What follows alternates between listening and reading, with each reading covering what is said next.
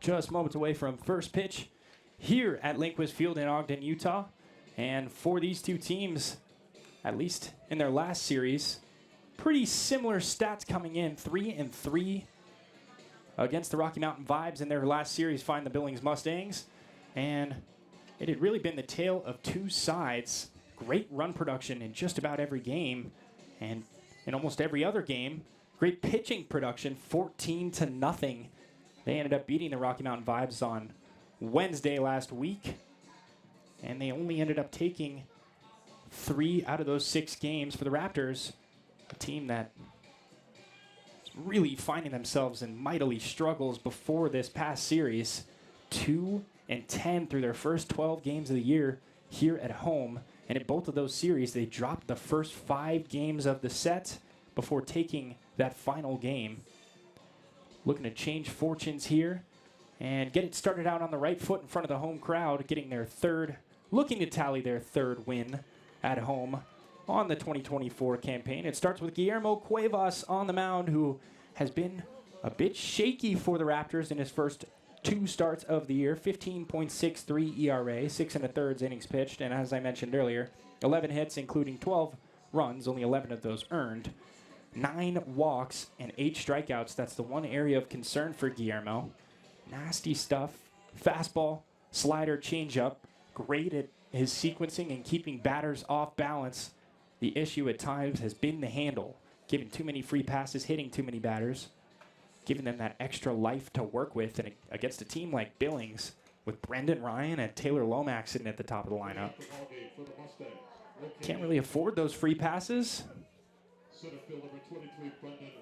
And we'll see what Cuevas has got in store just in one moment with Brendan Ryan stepping up to the plate, Taylor Lomax waiting on deck, and Travis Holt in the hole. The big 1-2-3 punch. For Missoula, we are all set for first pitch. Cuevas looking in for the sign from Greeley. Delivering towards the plate, his first offering. Doesn't miss by much, but just failing to clip that outside part of the zone. Falling behind, 1 ball and no strikes. After review, the pitch is overturned to a strike. And a well-used challenge by the Raptors on the first pitch of the game. Initiating was Greeley, tossing it back up here. And they ended up looking at the TrackMan system. It is overturned for a strike. The Raptors now with 5 remaining challenges. Just missing on the inside corner. So after the called strike, misses inside and the count evens itself up at 1 apiece. Cuevas looking in for the sign. This one smoked down the right field line. This is going to find grass. Brendan Ryan's got wheels in. He is thinking extras. He will cruise into second with the leadoff double for the Billings Mustangs, and a great start. Just what the doctor ordered. Ryan finds himself in scoring position with one of the most looming threats in Pioneer baseball coming to the plate by the name of Taylor Lomax. He started all 18 games they've played, and he has just been a factory with the bat in his hands. 27 hits in just 73 at-bats. Approaching that 400 threshold, sitting at about 370 with his average. That one clipping the outside part of the zone for a called strike 1 on Taylor at the plate. More impressively, Taylor's most notable achievements this year have come on the base paths. 17 stolen bases already. We are 18 games into the year here. That is another called strike. Count quickly moves in favor of Guillermo on the bump. No balls and 2 strikes on the ever-dangerous Taylor Lomax at the plate. Still looking for home run number 1. 14 RBIs for him, 17 stolen bases. Just hard to believe. Such a small sample size as well. This one is fouled back to the screen, and we'll do it again. Still no balls and 2 strikes on Lomax at the dish. But as I was saying, he's only 11 stolen bases away from tying the Billings record. And we're in week 3 of the season here. This one fouled off to the screen as well, not giving him any ground to work. Taylor Lomax staying alive, still no balls and 2 strikes on Taylor at the plate. Cuevas eyeing down that runner at second. He takes off. It's a good throw from Greeley, but a better swipe from Brendan Ryan. He is in at third base with a stolen base. It's one area that not much work is needed for Billings. That'll be their 38th stolen base on the year. They have been merchants on the base paths, especially led by the man at the plate in number 4, Taylor Lomack.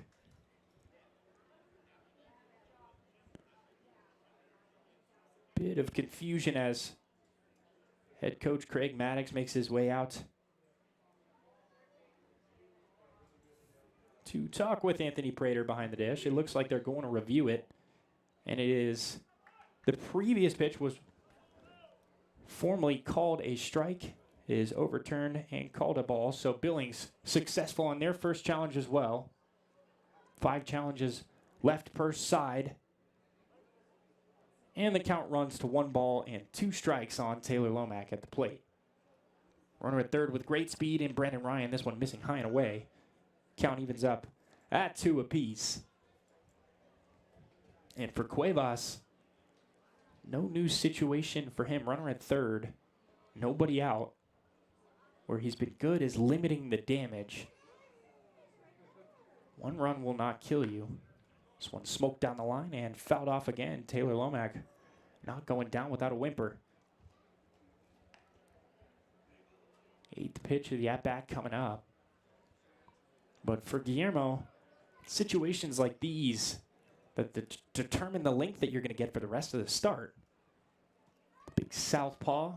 He's got always such dangerous stuff. Most people struggle to hit it. Just like Taylor Lomack right there, right on cue. Strikeout number 1 comes at the perfect time, and Guillermo Cuevas rings up his first batter of the day. On the 8th pitch, he finally gets Taylor Lomack to swing through one, and it was the curveball keeping him off balance. So there's 1 out here in inning number 1. Travis Holt coming to the plate with a runner at third base. Cuevas looking to keep it that way. Holt looking to bat him in. First pitch misses high and in. And the count runs to 1 ball and no strikes. Holt been another one of those spark plug hitters. Only been here for 6 games so far, just that last series. Only a handful of at-bats additionally. 18 in that time frame, but he's been one of the most productive bats they could ask for. 333 hitter. Scored 7 runs for his club. He has 6 hits in those 18 at-bats, along with 3 extra base hits, a home run, and 2 doubles. Very short sample size, but you can hear his bat from just about anywhere. It's a 1-1 count on Travis Holt at the plate.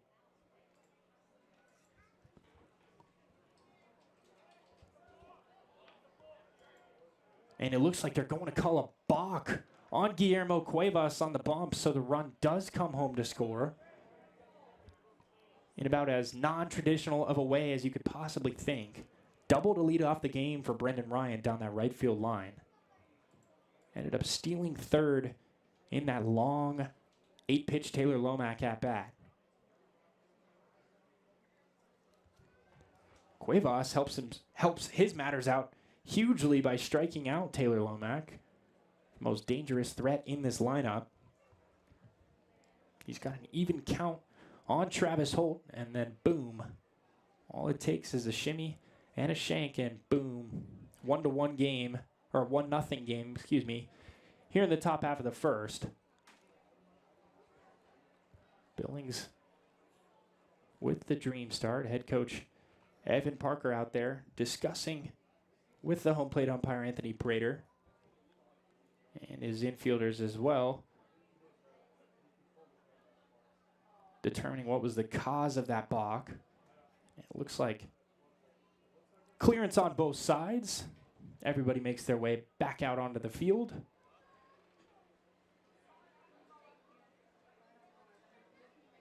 So as it stands, it's an RBI for Travis Holt at the plate via the balk on the mound from Guillermo Cuevas. Not something that you see every day. But it gives Billings a 1-0 lead and empties the table in front of Travis Holt, who's ahead in the count now. 2 balls in, 1 strike. 1 away here in the first. Billings been so good at getting out in front of their opponents early. This no different. Guillermo Cuevas looking to keep it at just the one and retire these next two batters in order. He's got to deal with the dangerous bat of Travis Holt, however. But pitches like that are going to help the cause. It is a 2-2 count. With one down in the frame, Cuevas looking for his second punch out. Or second out. Holt looking to extend the frame and get on base, setting the table for Patrick Mills waiting on deck. Here comes the 2-2 offering from Cuevas off the end of the bat towards the right side and having some trouble on the backhand. A nice effort by Chris Sargent down there at first base. But a dangerous hit off the end of the bat, just perfectly placed right between Raymond Gill and Chris Sargent out there at first and second. And Sargent tried to range to his right and go on the backhand just past his outstretched glove. It's a one-out base hit for Travis Holt, who finds himself down at first base, looking to advance with the dangerous bat of Patrick Mills at the plate. Mills, an everyday starter for Missoula. Cuevas working from the stretch, eyeing down that runner at first base, and his first pitch misses high and away to Patrick Mills. 1 ball and no strikes on the task at hand. And for Mills, as I was saying, been one of the more productive bats through his first 17 contests. He has 67 at-bats, including 24 hits. Exact same line as his teammate waiting in the hole in Alejandro Figueiredo. And it looks like calling time at the plate is Patrick Mills before Cuevas can get the throw off. So the count stays put right where it is. 2 balls, no strikes, 1 on, 1 out.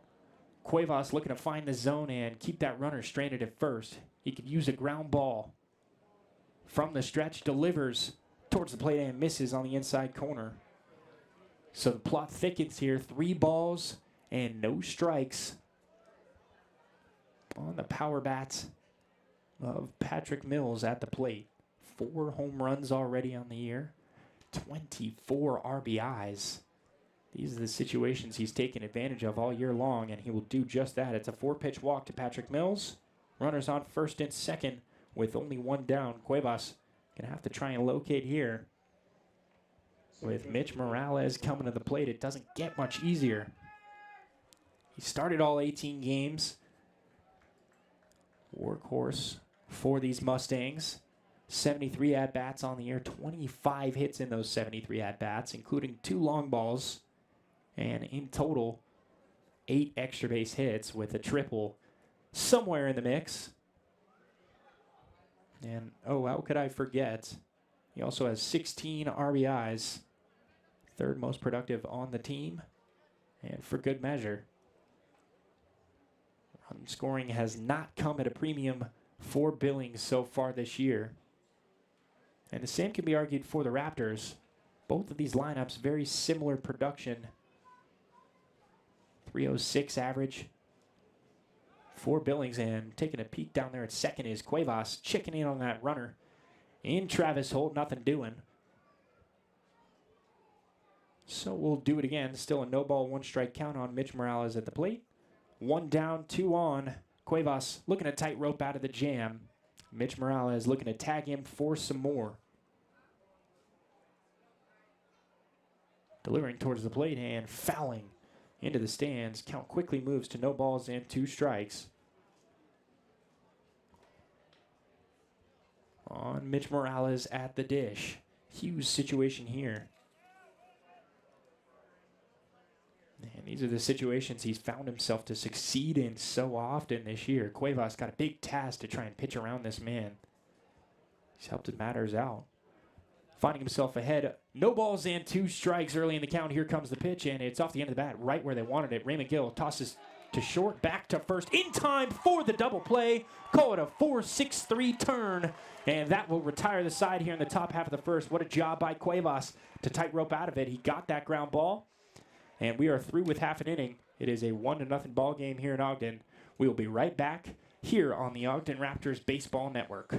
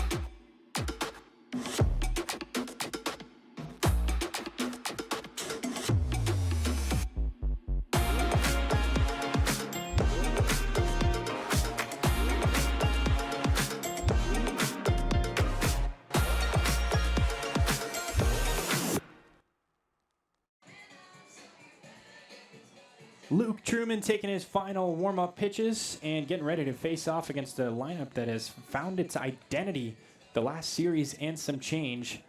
In their last 10 games, they find themselves at a tune of 5-5 on the year.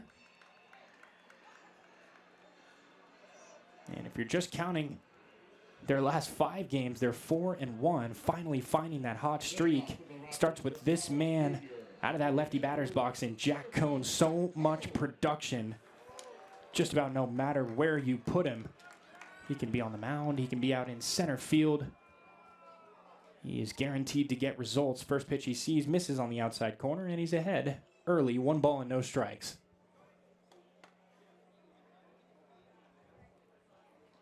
Working quickly, and Cohn gets some chopped contact out to shallow left center. Coming on to try and make an incredible catch was Taylor Lomack, in and out of the glove. That'll almost certainly go down as a leadoff base hit for the Raptors.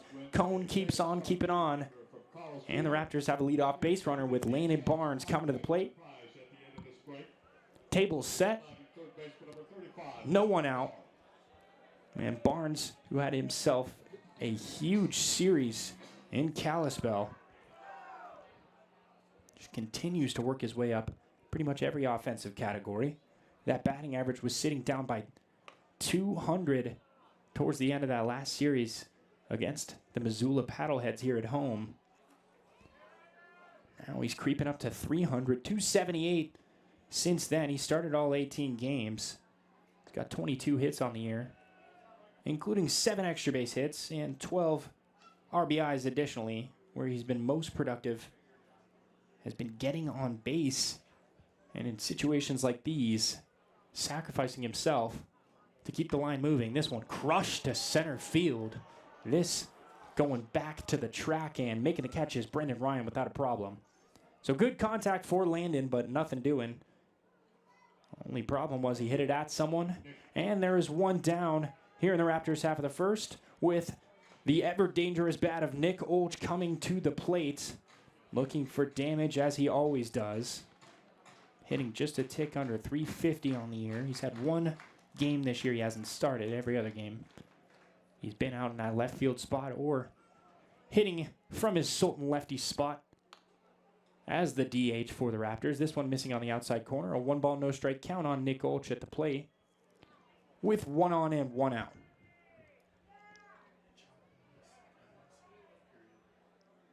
Working quickly, runner takes off. Cohn looking for his 5th steal of the year, and he will have it in there with the head first slide. This is another stolen base for Jack Cohn. Productions in all facets of his game. Makes the impossible look easy. Throws 90-mile-an-hour cheddar on the mound. Unlimited range out there in center field. Second pitch Olch sees, he fouls down the line about 1,000,000 miles an hour. And the count moves to a 2 ball, 1 strike tune on the Raptors 3-hitter at the plate. Truman looking to pitch around him. Off the end of the bat towards the right side. Fielding his own position and tossing back to his pitcher at first. It is Patrick Mills making a nice play. And on the other end, Truman covering. There are 2 down, and the tying run is 90 feet away. Called a fielder's choice ground out for Nick Olch on the 3-1 putout. And 2 down here in the Raptors half of the first, with the big bats of Chris Sargent coming to the plate. And for Chris, at the beginning of the year, kind of got off to a slow start. Wasn't hitting as well as he'd tell you he'd like. Still getting together long, drawn-out at-bats, being as pesky of a hitter as possible. Here comes the 1-0. Up the middle, and we've got ourselves a knotted ball game. All knotted at 1 here in the bottom half of the first. Chris Sargent keeps on keeping on, continues to come through. Another good opportunity right here, and he takes full advantage of it. We're knotted at 1s here in Ogden. And that'll bring Pierce Howard to the plate for his first at-bat on the day.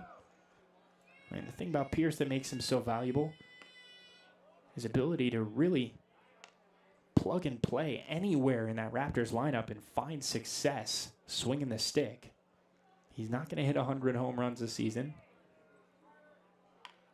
but he is going to get on base 100 times 100 times. An incredibly productive base runner. A tough out for opposing pitching. And he's knotted up in the count here. 1 ball and 1 strike. With Chris Sargent down there at first base. The 1-1. And Sargent with the delayed steal tries to swipe second. And he is nabbed down there. So we'll leave it right where it is. Pierce Howard will be coming up in the bottom half of the second. But that's a full inning away. We are through with 1 full. The Raptors tie it up. A 1-1 ball game. We'll be right back here on the Ogden Raptors Baseball Network. Did you know that children are targeted by cybercrime every 30 seconds? Stellar Cyber here with an important PSA. Our Don't Click It, Pitch It program is aimed at helping kids stay safe online. Anyone with a smartphone is at risk. Folks, you can teach your kids. If you see an inbound text or email that's too good to be true, it is. Don't click it, pitch it. To learn more, go to don'tclickit.org. All proceeds will be sent to the 4-H clubs and Boys and Girls Clubs of America. Do you thrive on a challenge? Does crafting complex part of your average? We're world class, pushing the boundaries of what's possible. We're looking for skilled welders and machinists to join our team. People who take pride in precision. If you're wanting to contribute to groundbreaking innovations, Peterson Inc. is your place. Visit petersoninc.com and join the team that builds the future.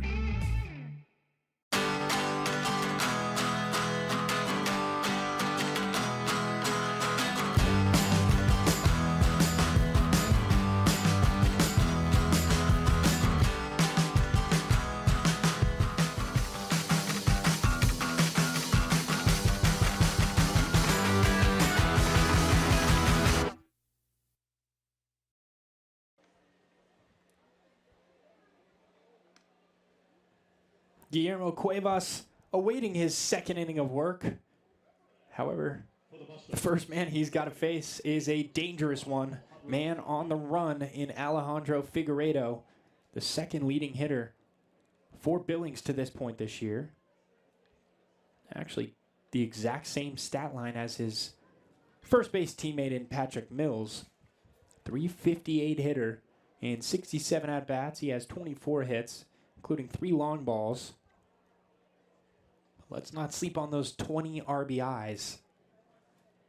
Obviously, opportunities to be more productive when the table is set, but with no one on and no one out. Alejandro Figueiredo looks to lead it off on the right note for Billings, and he's ahead early. Cuevas falling behind. 1 ball and no strikes. Here comes the delivery from Guillermo, and it clips that outside corner. Beautifully located changeup. Gets the call and evens the count up at 1 apiece. For Alejandro, the biggest part of his kit is that power hitting. So many extra base hits already. 9 out of his 24. Wanted to go yard with that one. Came up empty. Quickly a 1 ball, 2 strike count on Alejandro Figueiredo at the plate.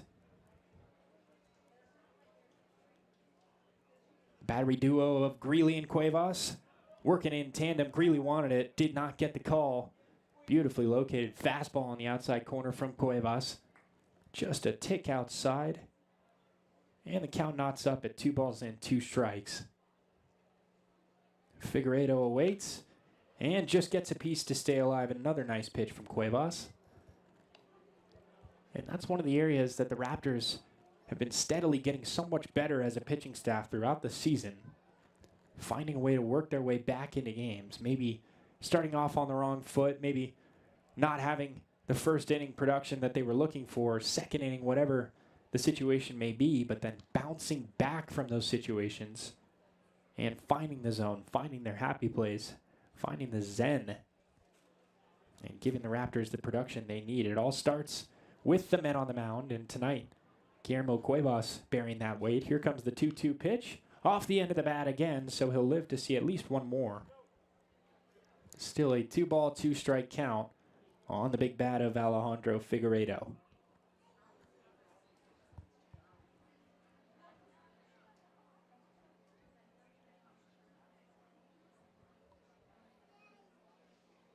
Such a great eye, such a tough out. Big swing and a miss. Cuevas dials it up with the heater, finds the outside corner, locates perfectly, and Figueiredo can't speed up the bat. Not enough. That is his second K of the game, both swinging.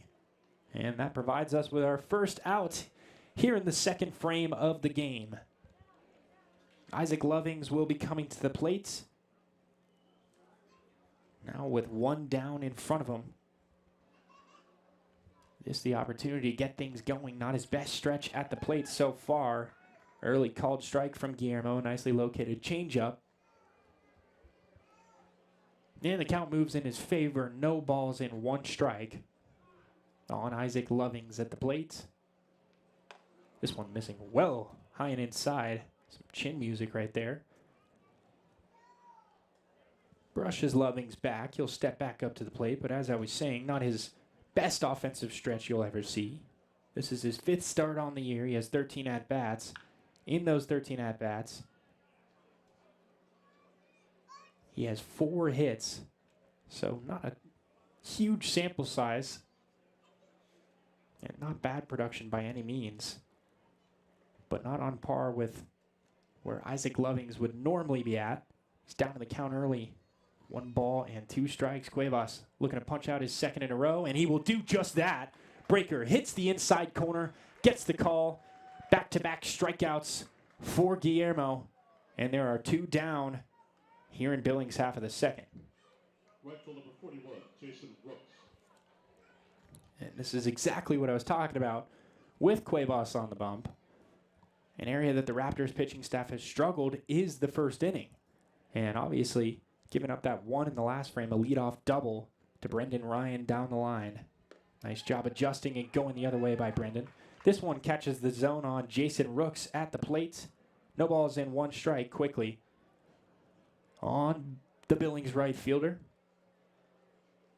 But for Guillermo to be able to bounce back, limit them to just the 1 run after they had a runner on third and nobody out. Count moves to 1 ball and 1 strike after Cuevas misses low. Picking up the sign from Greeley. Delivers towards the plate. Big swing and a miss from Jason Rooks at the dish. 1 ball, 2 strike count upcoming. 2 down in the frame.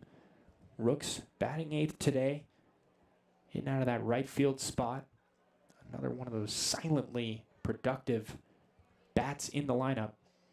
This one smoked to the left side. Golda tries to field on the backhand, just out of his range. So another 2-out opportunity will come to the plate in the form of Blake Evans, looking to extend the frame and extend the lead for Billings to a run. What a great job in the bottom half of the first by the Raptors to reciprocate, retaliate, and get back on that board. Even us up at a whole new ball game, back to square one. Might as well be zeros. But a nice 2-out approach from Jason Rooks to get that ball through the left side and to give himself his first hit of the game.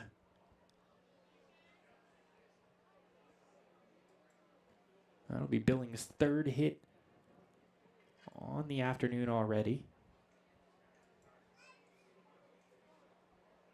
And then it'll be up to Guillermo Cuevas on the mound to try and strand Jason Rooks down at first base right where he is. 2 out in the frame already. Thanks to grinder at bats from Isaac Lovings and Alejandro Figueiredo, both going down by way of the K. 4-pitch at bat to Lovings. And an 8-pitch at bat to Figueiredo, looking to make quick work of Blake Evans. Cuevas picking up the sign from Greeley, eyeing down that runner at first base. Delivers towards the plate, and the first pitch he sees is pounded down the line in on the hands. Jam contact. He's thinking 2. Big round at first base, and the throw comes into second. Everybody moves up station to station. 180-foot advancement for Jason Rooks, and going down to first base, reaching it safely. Blake Evans finds himself.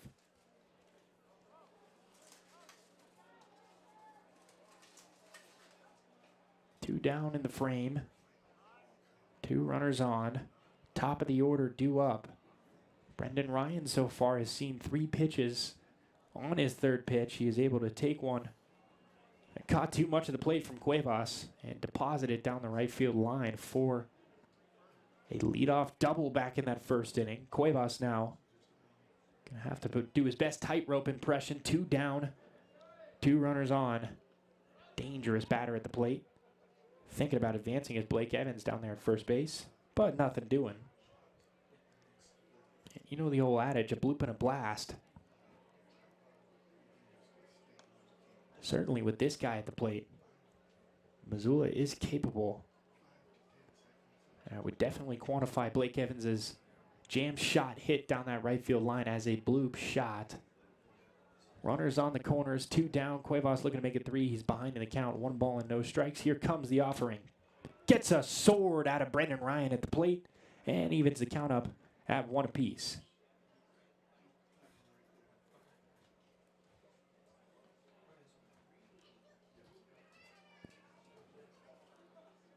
Cuevas looking to replicate his efforts from that first inning, able to get a little bit rocky in the beginning and find his true form after that. He's behind in the count here, however. 2 balls and 1 strike. On the dangerous bat of Brendan Ryan at the plate. 2 on and 2 out. Cuevas started this frame with 2 punch-outs. Looking to get back in the zone here. Here comes the 2-1. Big swing and a miss from Brendan Ryan at the plate. Guillermo dialing it up to 91 there. Unleashing the heater. Ryan could not speed the hands up. We've got an even count. Deuces are wild. 2 on, 2 out. 2-2 count. 1-1 ball game. Runner takes off at first. Big swing and a miss at the plate, and Guillermo does strike out the side. That will retire matters here in the top half of the second. What a job to tightrope his way out of danger and keep us all knotted up at ones. We'll be right back for the bottom half of the second here on the Ogden Raptors Baseball Network. For nearly 50 years, Solar Ray vitamins have helped people to live brighter. Wellness starts with the proven power of science and clean ingredients from the earth, formulated to brighten your beginnings, fresh starts, and new freedoms. Through open doors, on open roads, these are the moments that fill us with life. To help you rise with the sun and start daily rituals and routines, in health with heart, to nourish your well-being. These are the moments that fill us with peace. To meet each day with resolve and move with purpose and strength. Our ingredients help you reach for the sky as the earth grounds you below. As you find balance with nature and within.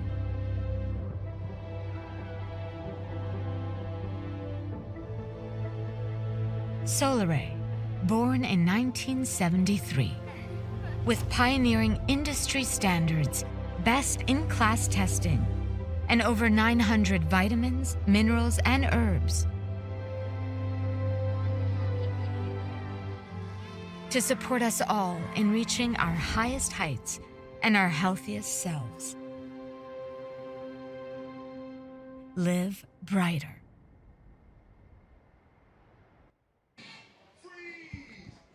Mirrored reflection for these two sides so far through an inning and a half.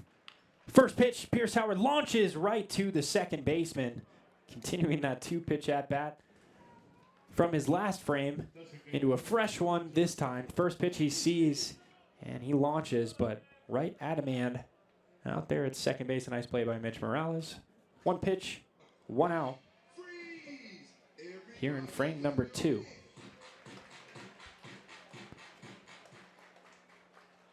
So a happy sight for all Raptors fans as Connor Magniski steps up to the plate and falls behind in the count early. No balls and 1 strike on the big bat of number 22. Prior to him going down at the end of that first series against Northern Colorado as he launches one right at him again out there at second base. Making him do the yeoman's effort. Mitch Morales putting on a clinic. Back-to-back plays. Didn't have to move much, but he did have to be on the swivel. Able to make them both, and they're quickly 2 down here in the Raptors half of the second. Not quite mirror performances anymore, but very similar productivity, very similar situations on the base pads through the first frame and a half here in Ogden. The 1-0 offering, big swing and a miss from Golda. And the count evens up at 1 ball and 1 strike. 2 down in the frame quickly. Working well is Luke Truman. This one in on the hands. Sent foul.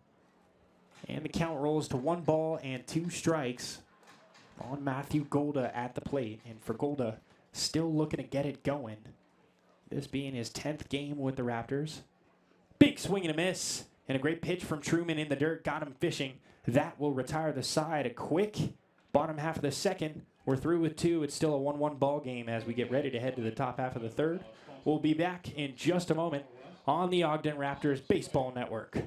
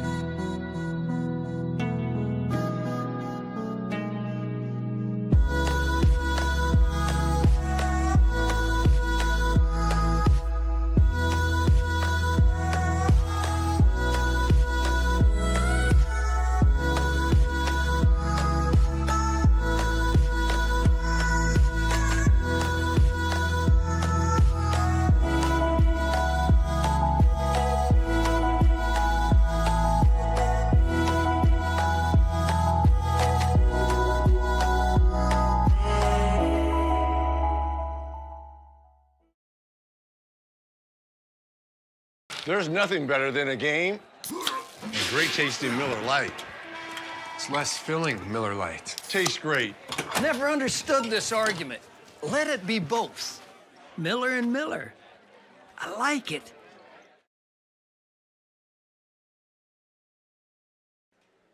Back from the break, and Guillermo Cuevas towing the rubber for his 3rd inning of work, and I'm joined with 2 guests here. Our old broadcaster, Richard Armstrong, and Kyle Garner.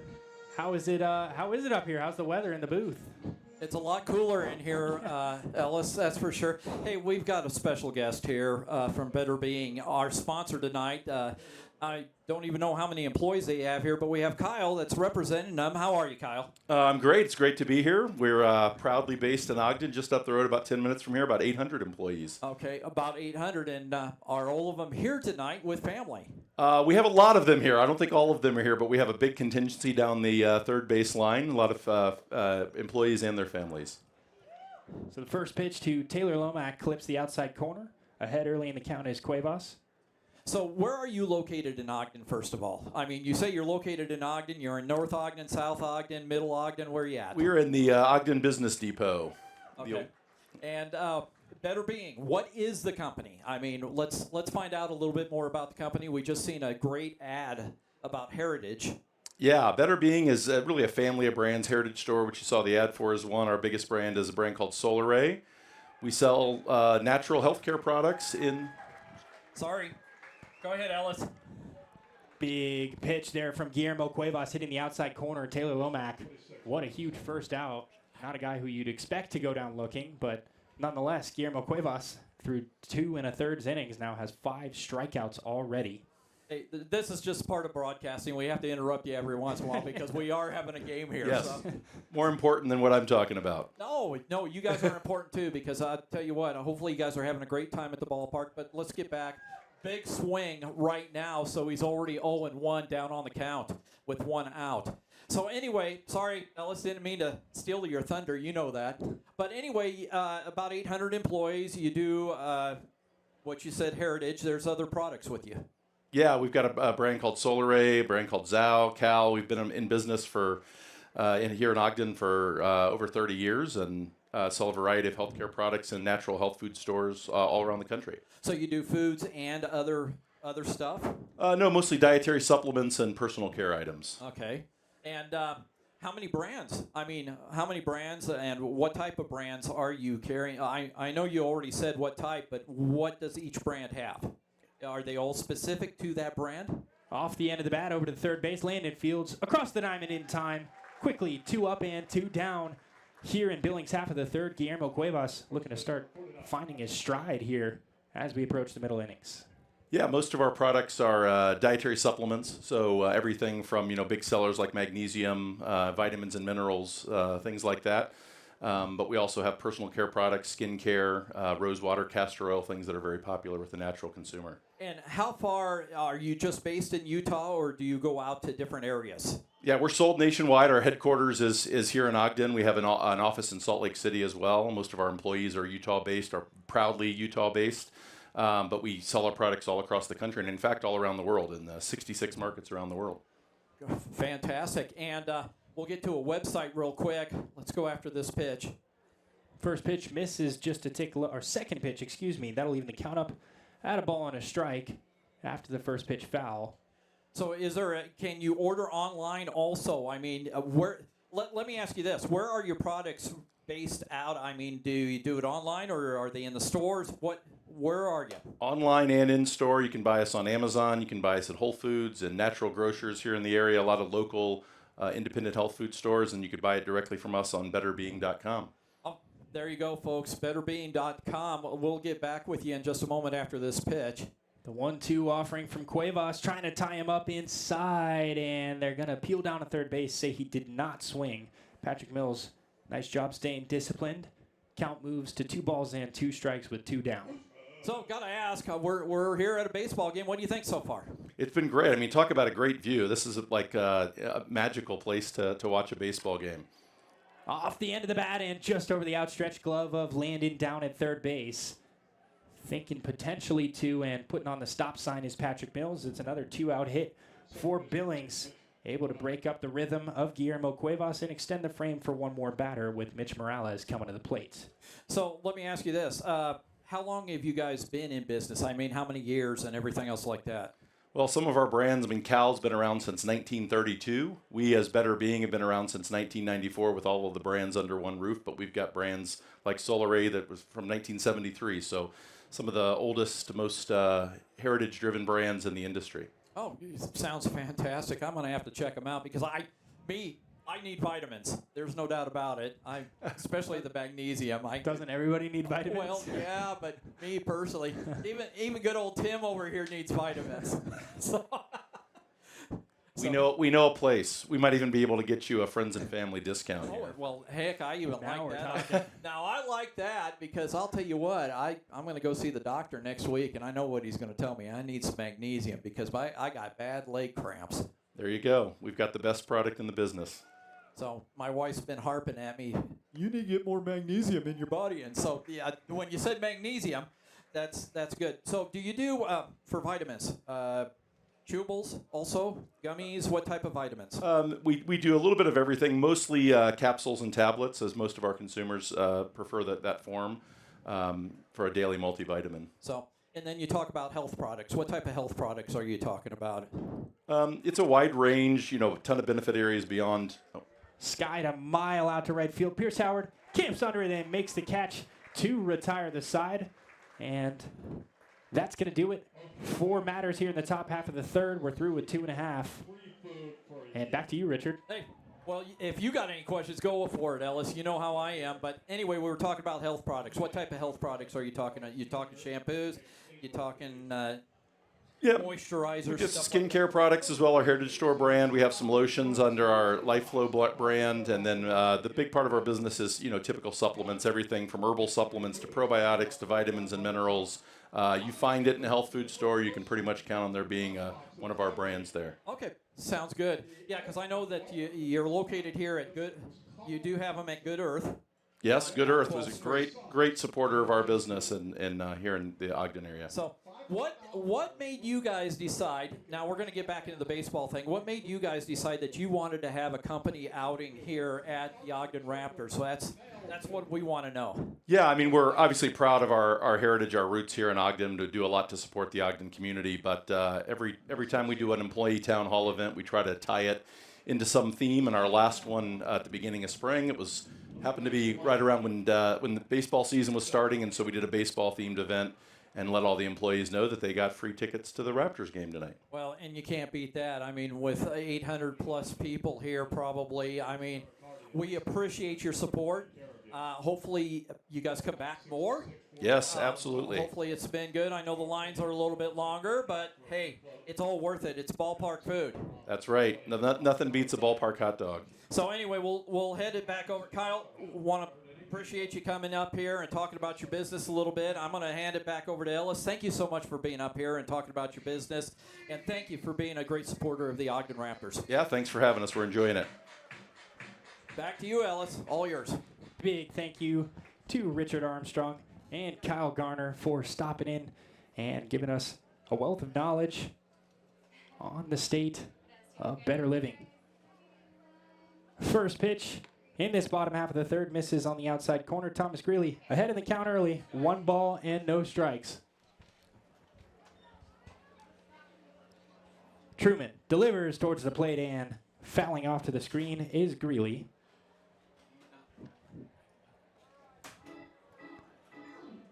One ball, 1 strike count.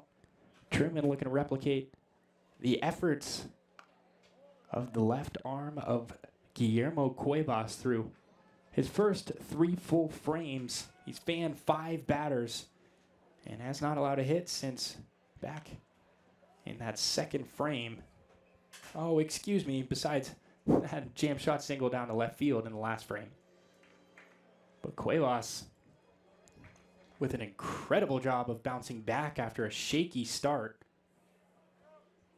Same can be said for Luke Truman so far. 2-2 count on Thomas Greeley at the dish. Here comes the pitch. Big swing and a miss from Greeley. Gets him fanning at the off speed. Nice job of sequencing by Luke Truman on the bump. And he's able to keep Thomas Greeley out in front and off balance for the first out here in the bottom half of the third. Back-to-back strikeouts dating back to last inning. Matthew Golda being the final out in the Raptors half of the second. And coming to the plate is one of the most dangerous hitters in the Raptors order, at least of late. What a monstrous series on the road. 5 games started, 3 home runs, 8 RBIs. Unreal production in Kalispell. He's fitted with a 1 ball, 1 strike counts. 1 down in front of him. Truman looking to make it 2. Raymond Gill looking to get on base. Big swing and a miss. And the count moves in favor of Truman on the bump. The 1-2 offering upcoming. And for Raymond, the big crux of his game, the big problem, the big area that he finds to struggle with is the strikeout category, leading the Raptors with 22 strikeouts, making up for it with the walks and the hit by pitches, and recently his explosive bat this time cannot stay on that off-speed pitch. That is back-to-back strikeouts for Luke Truman, his 3rd of the game, and both of them coming via the curveball on the outside corner. 2 down as the lineup turns over, and Jack Cohn set for his second at-bat in as many innings.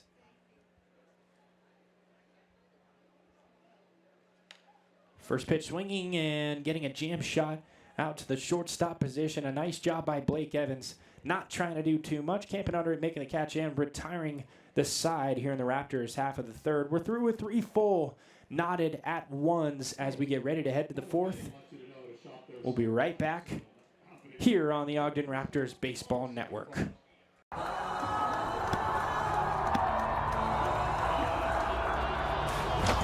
Whatever you do, don't drop the ball at the Raptors Stadium. And we don't want to let you drop the ball for your insurance. We want to make sure that you have the proper coverage and the best price. Here at the Insurance Center, we're going to take care of you. We've had a great relationship with the Raptors, and we want to have a great relationship with you. Your auto, your home, your life, your health, your business. We have experts that are there to take care of you. We've been doing this for a long time. We are your trusted choice insurance agency here locally. We are the only best practice insurance agency north of Salt Lake. Realize that we're going to take the best care of you.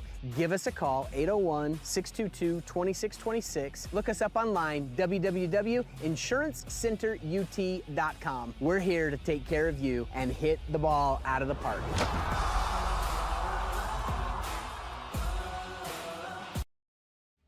Do you thrive on a challenge? Does crafting complex parts ignite your passion?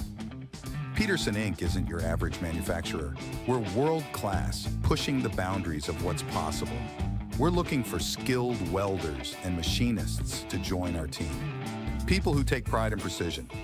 If you're wanting to contribute to groundbreaking innovations, Peterson Inc. is your place. Visit petersoninc.com and join the team that builds the future.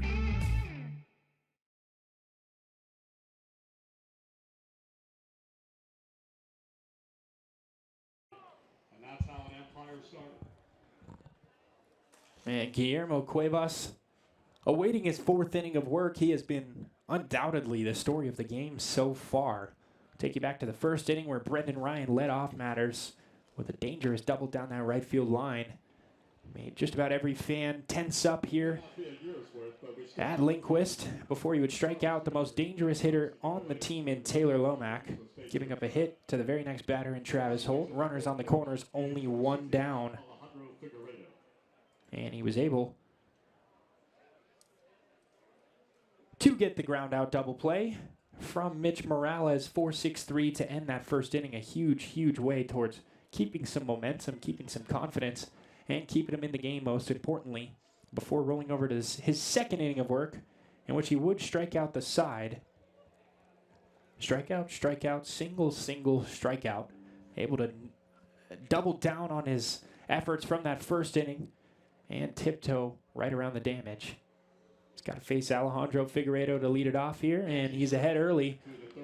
No balls and one strike on the big bat of Alejandro Figueiredo, playing out of the DH today for Billings. Such a sweet swing. Always at risk of sending one out of here, or at the very least getting on base. They're going to call another balk on Guillermo Cuevas. So 0-1 count moves to a 1-1 count. Interesting. We've not seen a balk yet this year. At least I have not seen a balk yet this year through 12 home contests.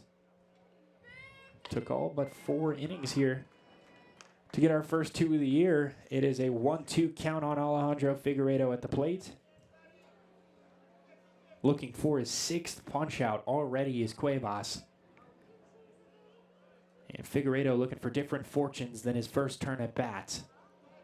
Cuevas delivers towards the plates and fouled down the line. Groundhog's Day. Last time Figueiredo was at the plate, it took 8 pitches to shut him down before he finally went down via the K.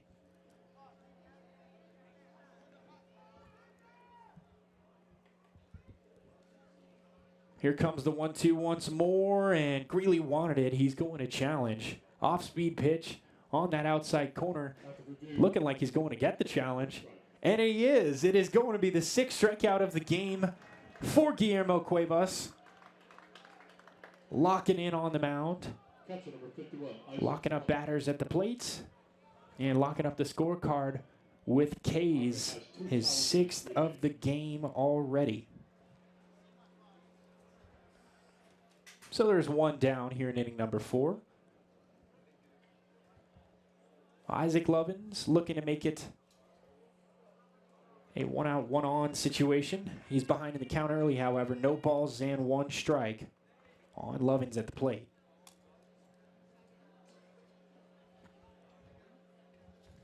Also looking for better fortunes than his first turn at bat. was a strikeout victim back in that first inning. This one, great barrel contact, just a tick behind it. Goes well out of play, and the count rolls in favor of Cuevas on the bump. No balls and 2 strikes upcoming to Isaac Lovings.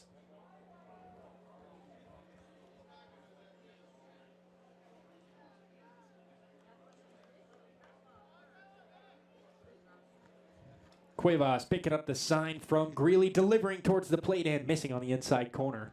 Turned up the heat, went to the fastball, could not locate. And the count rolls right in half. 1 ball and 2 strikes on Isaac Lovings at the plate.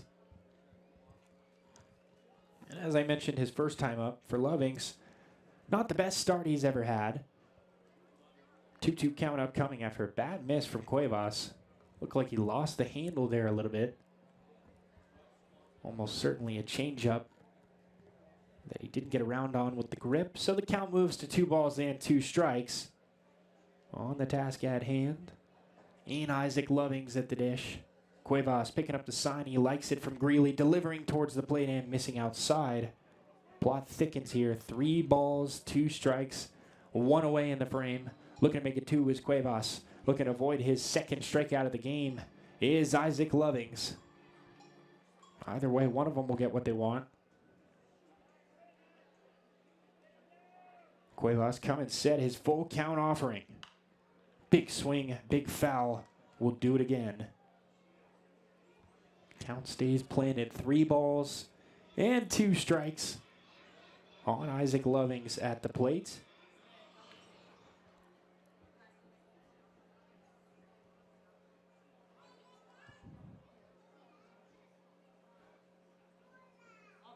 And for Lovings, a pair of extra base hits on the year, along with a single. And in terms of walk total, that's going to help matters out. 8th walk on the year already. Cuevas' first walk since back in the first, his 2nd walk of the game. And already much improved from previous starts.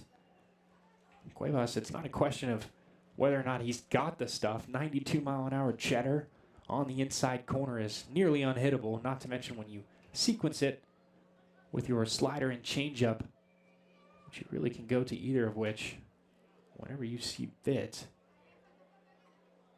So the issue for Cuevas to this point had nothing to do with his stuff or his nastiness, whatever you want to call it. His location, his control had been the biggest issue. Got great command inside the zone. But the control, throwing balls and strikes, has been a bit of a question at certain points this year for Guillermo. A 1 ball, no strike count on Jason Rooks at the dish. But additionally for Cuevas, strikeout numbers are exactly what you want to see. Evening the count up quickly on Rooks. Rooks, in his first at-bat, was able to launch around on a single and take one through the left side just past Matthew Golda's diving glove. Gave Billings some early juice and a big swing and a miss. It looks like they're going to call another balk, so that is no pitch. It is an automatic ball. That's the 3rd balk of the game for Guillermo Cuevas.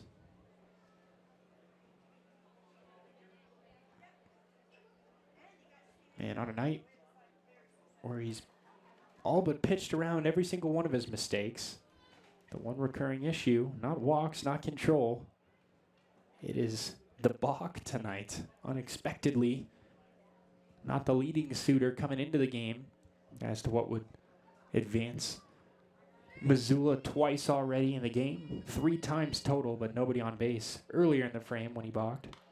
This one fouled a mile out of play, and the count evens up at 2 apiece. 2 balls, 2 strikes, and 1 down in the frame on Jason Rooks.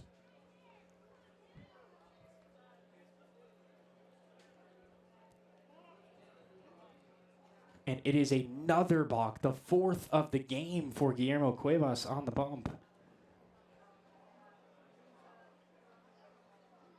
Free pass after free pass here tonight, except the control has been there all night long for Guillermo. Seems to be the same recurring motion in his stretch mechanics somewhere at some point. Seems to be a little glove movement or shoulder flare.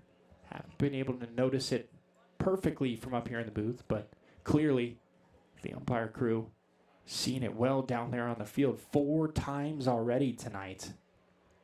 Now the situation gets dangerous. Runner down there at third base.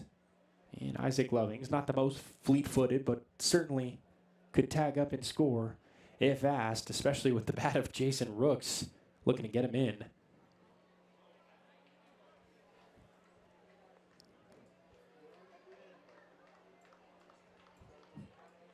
Count still planted right where it was.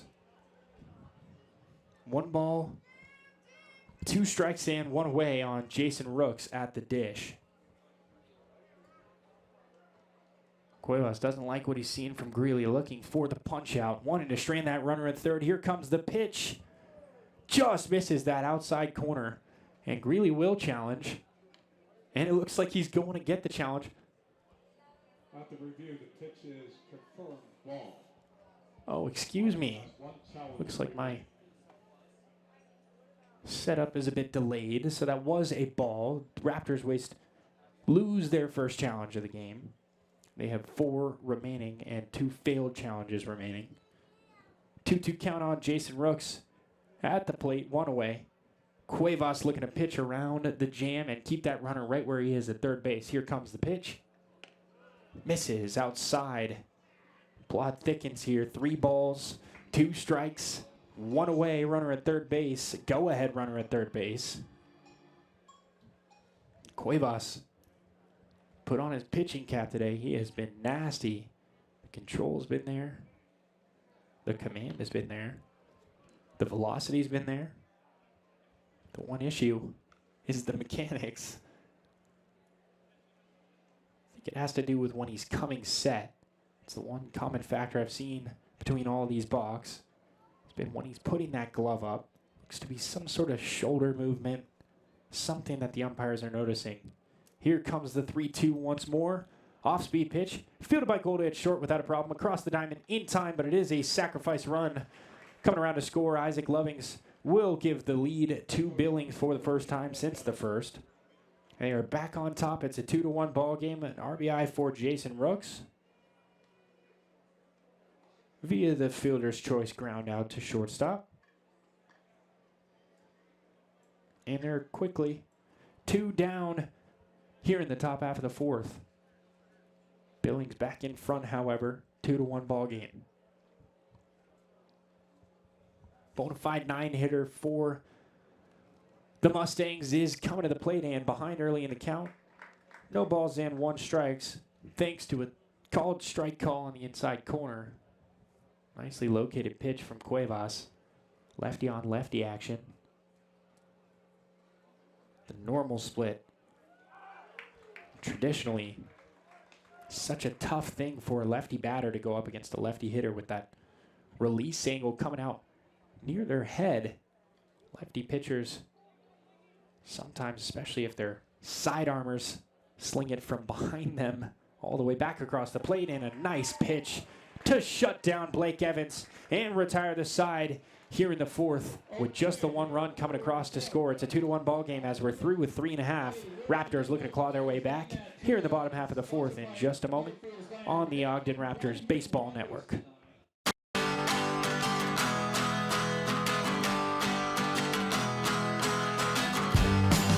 There's nothing better than a game. A great tasting Miller Lite. It's less filling than Miller Lite. Tastes great. Never understood this argument. Let it be both. Miller and Miller. I like it.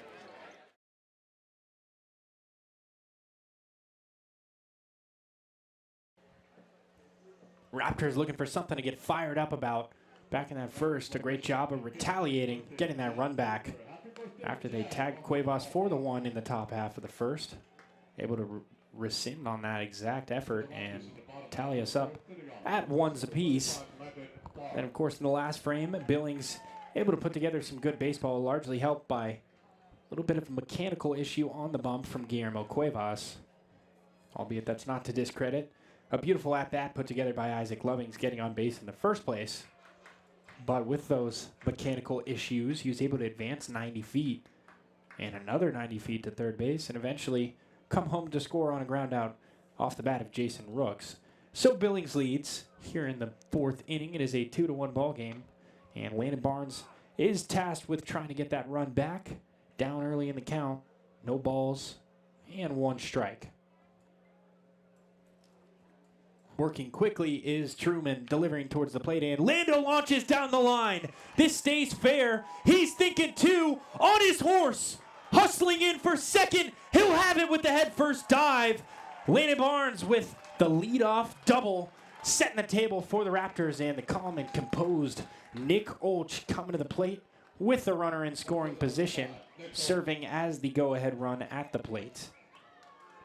That's exactly the type of production we were waiting to see from Landon through those first couple of home series on the year. A monster series in Kalispell, able to reel in nearly double-digit RBIs in that series alone, along with a batting average that rose almost 60 full points.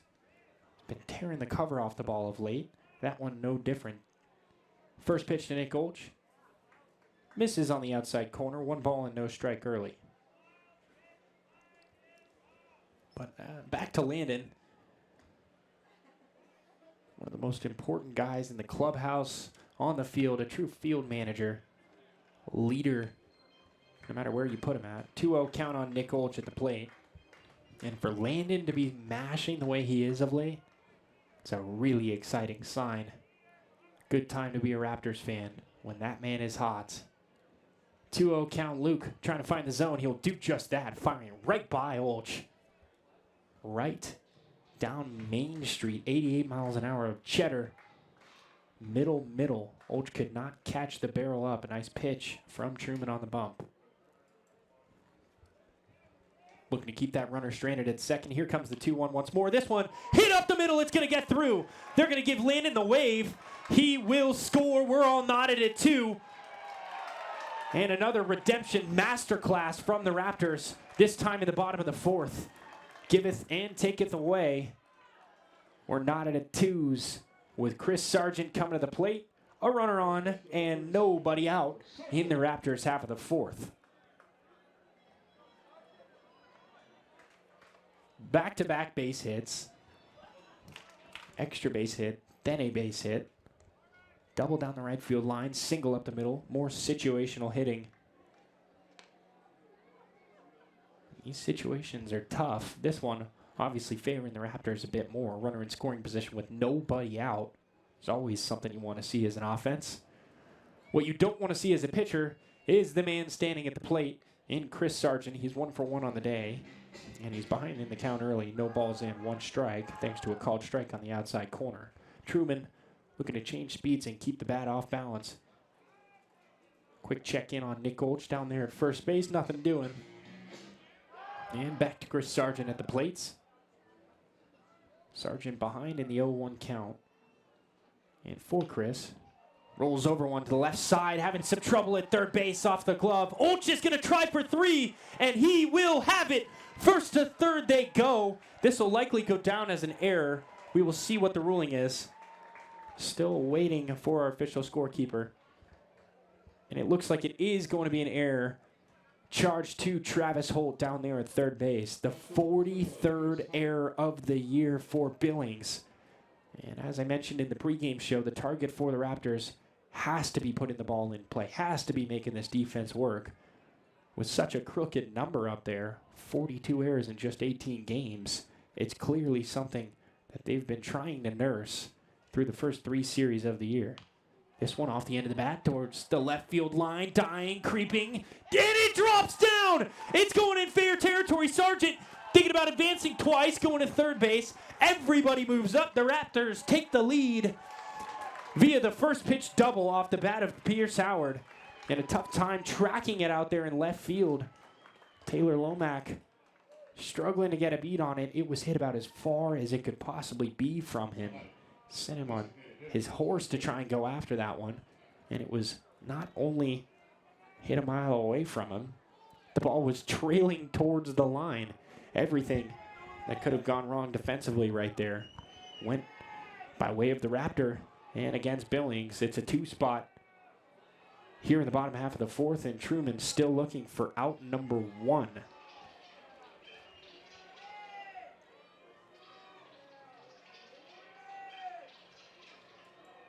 So far in the frame, we had a Landon Barnes leadoff double down that right field line, followed up by an RBI Nick Olch single up the middle, followed up by Christopher Sargent rolling over one down there to third base, and Travis Holt doing him a favor, booting the ball and allowing him to reach base.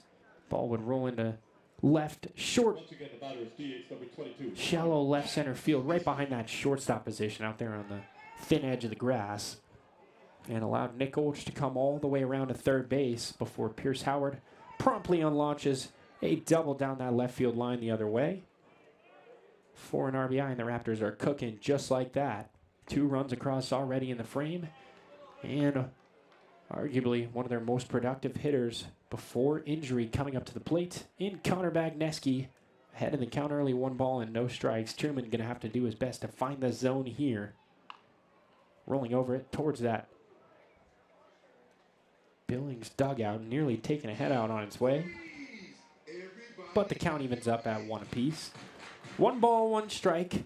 2 runners on, 2 runners looking to come home and make it a 3-run game. 3-2 ball game currently. Only a 1-run deficit. The Raptors looking for more. It starts with Bagneski at the plate, who watches one sink into the dirt to move the count in his favor. 2-1 upcoming. And for Truman before this, been mostly smooth sailing back-to-back. 3 up, 3 down innings. Retired the side in orders in the second and the third, and then here in the fourth, it's been anything but that. Fighting for every single one of his strikes. This one hit to the right side. This is going to get through. Bagneski back like he never left. They're going to give the second run of the hold out there at third base. Pierce with great speed over there at third, but with nobody out, and already 3 runs coming across to score in the frame. Table is set. I like the call. Evan Parker holding up Pierce at third. So there are runners on the corner still. Station to station, the Raptors go. Come on, you can do better than that. And Matthew Golda coming to the plate. Looking to come through in a big spot with still nobody out in the frame. It's a 4-2 ball game.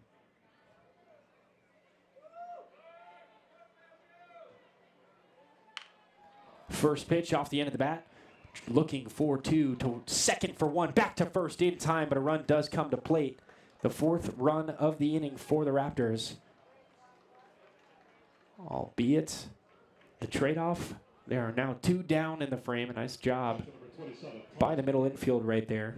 Fielding to his left, Blake Evans with a nice play. Tossing across to Mitch Morales, and of course, over to first to Patrick Mills in time for the 6-4-3 double play.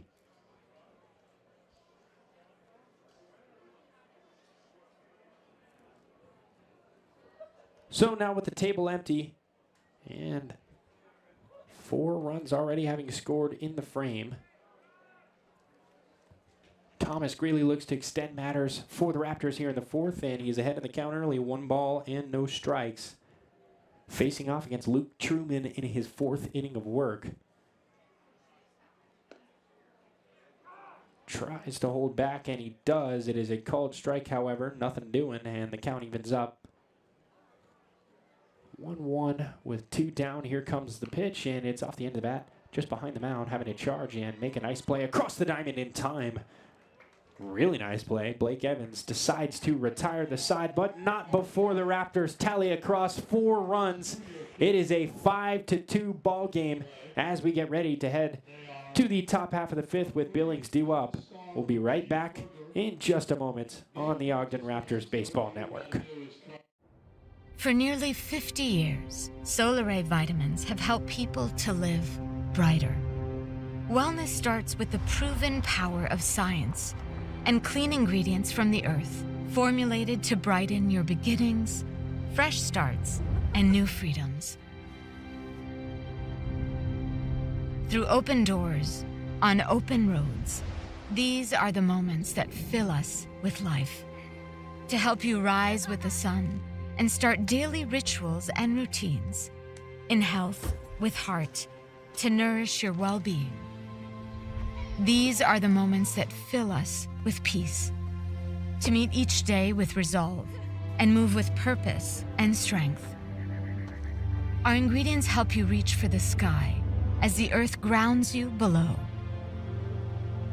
As you find balance with nature and within.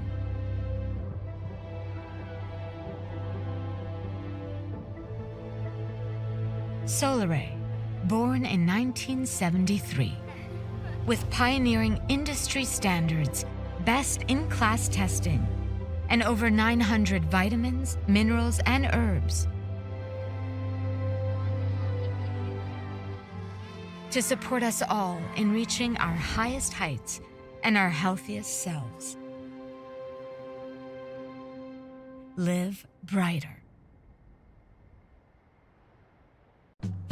When things heat up, you don't just want a cold one. You want the coldest one. The cold lagered, cold filtered.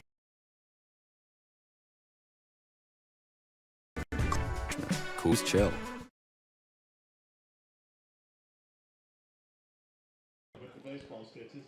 Top half of the fifth already. What a huge bottom half of the fourth for the Raptors. A 4 spot, giving them a 3-run cushion here as we work our way through the middle innings.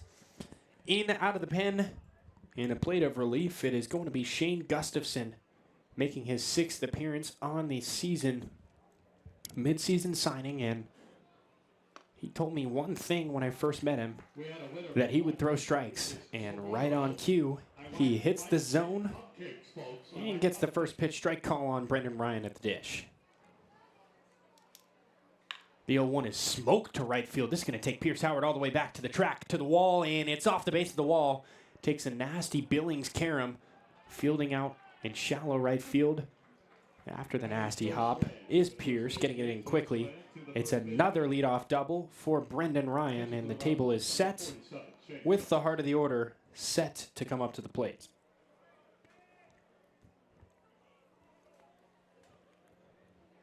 Crushing that ball was Brendan Ryan. Didn't miss it by much. I assure you, he'd tell you he can't hit a ball much harder than that. 109 off the bat. Just the angle it came out on. Kept it inside the ballpark. Quickly getting ahead of Taylor Lomack here is Shane Gustafson. And for Goose, his 6th appearance on the year. As I was saying, he's been one of the more reliable arms for the Raptors. That nasty fastball slider change triage that Pioneer pitchers are so accustomed to throwing. A 1-1 count on Taylor Lomack at the plate, who's 0 for 2 with 2 punch-outs. Cuevas with his kryptonite. Shane looking to be the same. This one hits softly. Raymond going to have to field quickly. Back to first in time. A nice play. Made it look easier than it was. That is for sure.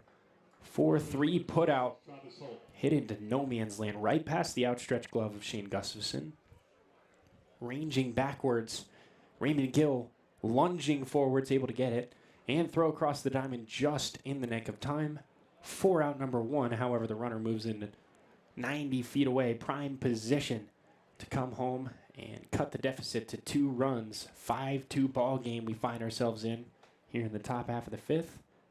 And Travis Holt, who's 1 for 2 on the day, looking to double down on his hit total and move into 2 for 3 on the category. Ahead in the count early, 1 ball and no strikes. 1 away in the frame. Goose looking to make it 2. The slider can't find the zone in the count. Evening up, or moving to 2 balls and no strikes in favor of Travis Holt at the dish. Holt's been seeing it well of late. He's been a silently loud producer, both ends of the spectrum. Only been here, this being his 7th game of his career with Billings. And it looks like they're going to challenge that one. The Raptors going to lose this challenge. And that was their final challenge. So the Raptors here in the top half of the fifth as we approach the halfway point. No more challenges the rest of the way. It's a 3-0 count on Travis Holtz at the plate. Here comes the pitch from Shane Gustafson. Hits that outside corner, gets the call, and moves the count to a 3-1 tune.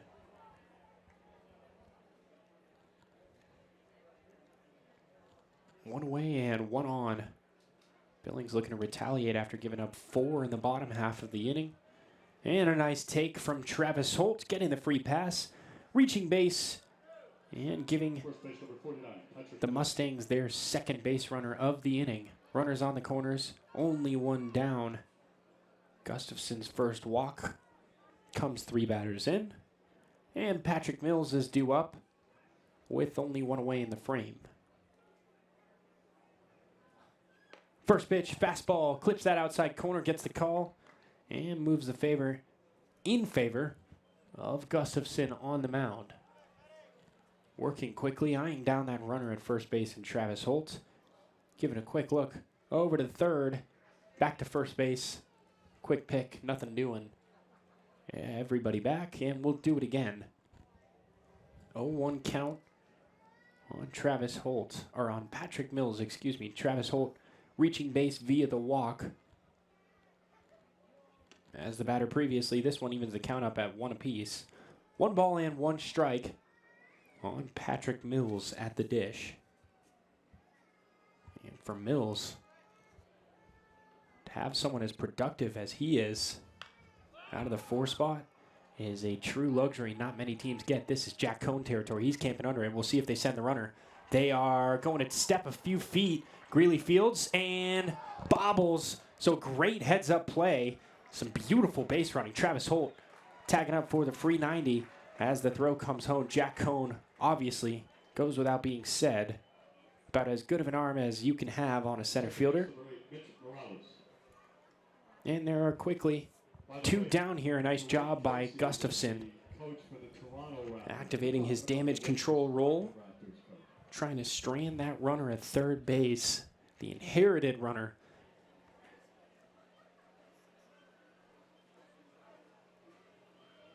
And Mitch Morales stepping up to the plate with 2 on and 2 out in the frame. First pitch.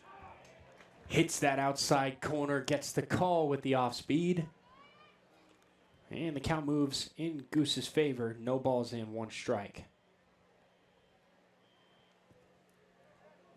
Goose and Greeley G to G looking in for the battery connection. Here comes the 0-1 pitch. It is off the end of the bat towards the right side. Sargent fields without a problem. Over to first in time to strand the runners and retire the side here in the top half of the 5th. Raptors lead intact, 5-2 ball game as the Raptors get ready for their ups in the bottom half. We'll be right back here on the Ogden Raptors Baseball Network.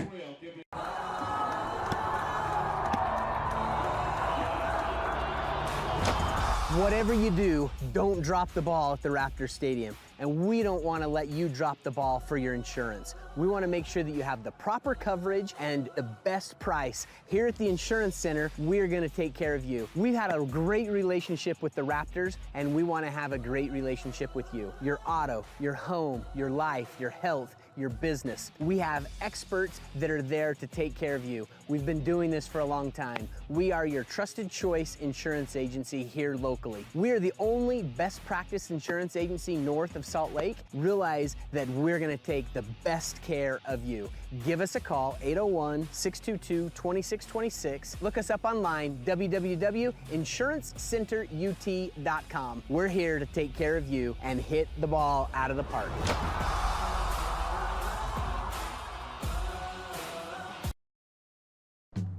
When things heat up, you don't just want a cold one. You want the coldest one. The cold lagered, cold filtered, cold packaged one. Mountain Cold Refreshment. Coors Light. Choose chill. Cover your buddy's 6 by inviting them to lunch with this small yet powerful direct engagement transmitter. Okay, it's actually a phone. But it's also a way to connect with a friend who feels alone and needs to be heard.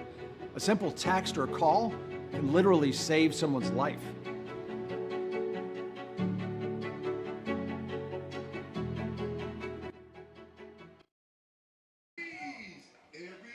So after the 4 spot posted by the Raptors in the bottom half of the 4th, Luke Truman makes his way out for his 5th inning of work.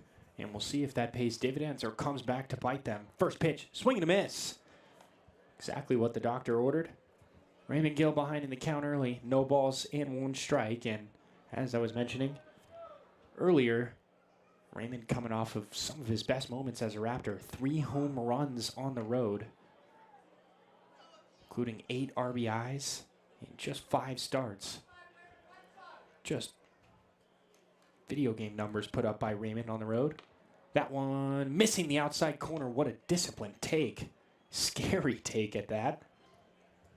Strike, strike, strike, strike, ball till it trailed out of the zone at that final second. Looks like a strike. 57 feet of the way towards the plate. Those final 3 trailing out of the zone. Raymond Gill going to take a quick time and get his bearings in order. No batting gloves no matter what the situation is. This situation happens to be a 1 ball, 2 strike counts. He'll live to see another pitch as he fouls one well out of play. Stays put. 1 and 2 upcoming once more.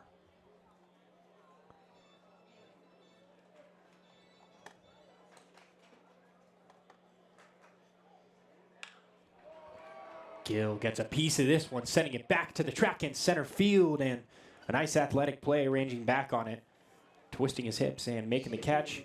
It is Brendan Ryan with the athletic stab out there in center field for the first out in the Raptors half of the 5th. Freeze! Everybody clap your hands. So the lineup turns over for the Raptors. Jack Cohn stepping up to the plate, looking for his 2nd hit in his last 2 at-bats.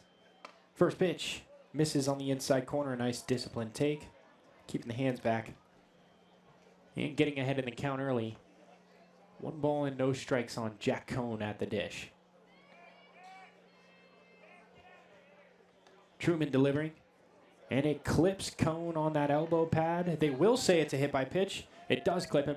He will take his free pass. Head down to first base as Landon Barnes, arguably the most dangerous hitter in the lineup right now, steps up to the plate. He's 1 for 2 on the day with a double his last time up. Wasn't a hard hit.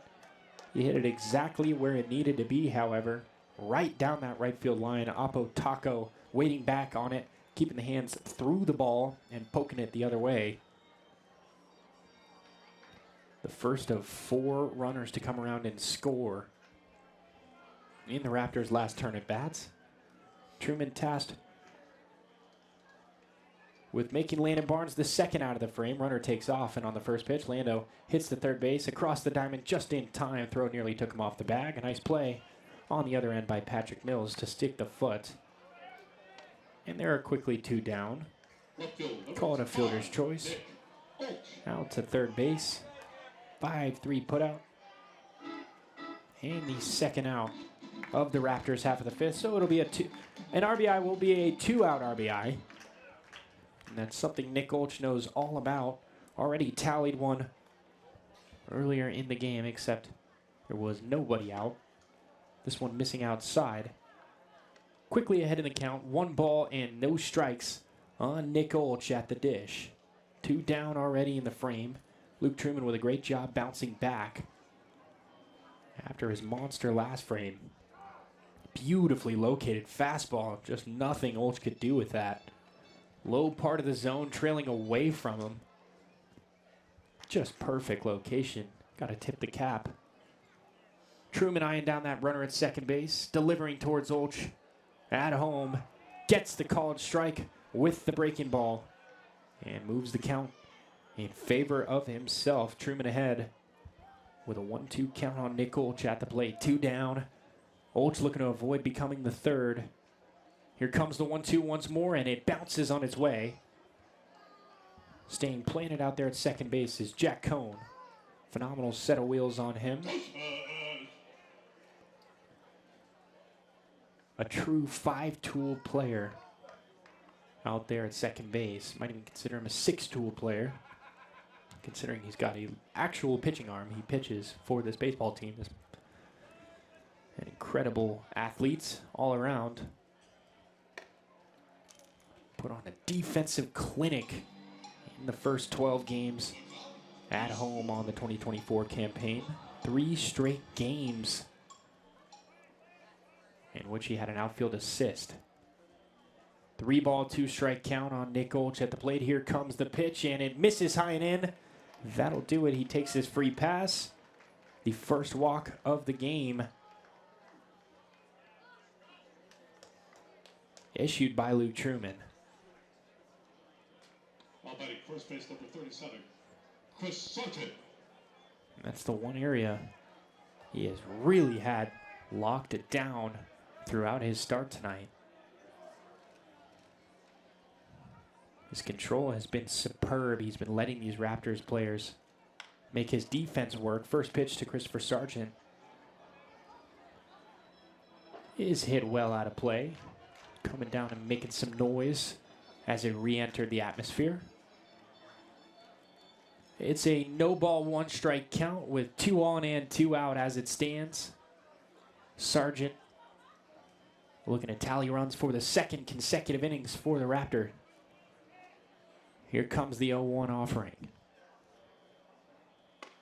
He watches it trail in there for a called strike.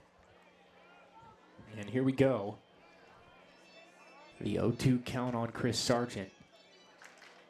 And for this guy, it's almost when the at-bat really starts. Down 0-2. Now he's got his 2-strike approach with 2 men on. Doesn't strike out much. Puts it in play a lot. He fouls off even more. Here comes the 0-2. Big swing and a miss from Chris Sargent. What a pitch from Luke Truman. Making him look unfashionable. That will retire the side. Able to strand those runners at 2nd and 1st. We are through with 5 full. It's a 5-2 ball game. Raptors on top. We'll be back here for the top half of the 6th inning action in just a moment on the Ogden Raptors Baseball Network. Now, after Luke Truman's valiant efforts to shimmy his way out of the jam in the last frame and not allow, well, really to allow bygones to be bygones, not make a trend out of that 4-run 4th inning for the Raptors. You're able to pitch around some early damage in the count. Had 2 runners on and 2 out, and he's able to get the punch out that he needed. 4th strikeout of the game. Luke Truman really bouncing back, showing off the stuff, and giving his team 1 extra inning of work that they oh so needed. Now for Shane Gustafson, the objective has to change a little bit. Game plan has got to be something along the lines of post a 0, keep them right where they are, and keep the lead at 3. He's got to pitch around Alejandro Figueiredo, however, and he's ahead in the count. No balls and 2 strikes off the end of the bat. Matthew Golda fields on his backhand, throws across the diamond. A perfect strike in time for out number 1. Called a 6-3 ground out. 4-pitch at bats. Gustafson making quick work of Figueiredo for out number 1 here in the top half of the 6th.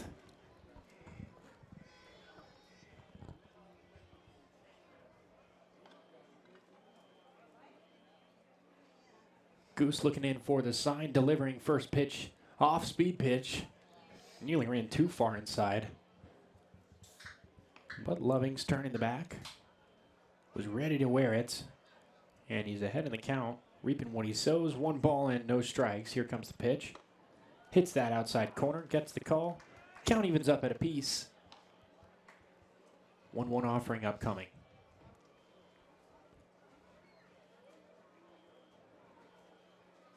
Goose looking to shut him down in order. Big swing and a miss. Pitches like that are going to help the case. Ahead now. 1 ball and 2 strikes. On the big bat of number 51, playing behind the dish tonight for the Mustangs.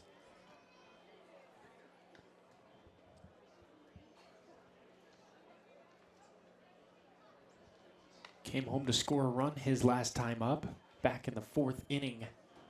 One of the 2 runs that was, that the Mustangs have plated today. It's a 1-2 count on Isaac Lovings at the dish. Gustafson looking to make quick work of him. Here comes the offering. Trying to keep the hands back and doing so. Nice plate discipline. And the count still knotted this time at 2 balls and 2 strikes. Gustafson. Strike thrower looking to hit the zone here. Here comes the pitch off the end of the bat. Just getting a piece to stay alive. And it stays put. 2-2 upcoming once more.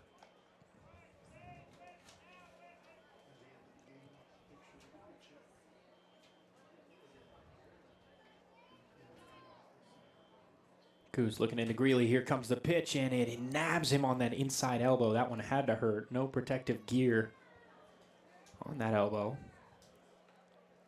But as it stands, Isaac Lovings has reached back-to-back at-bats. Just what the doctor ordered. A walk his last time up, a hit by pitch this time. And he has set the table both times for Jason Rooks, who was 1 for 2 on his day.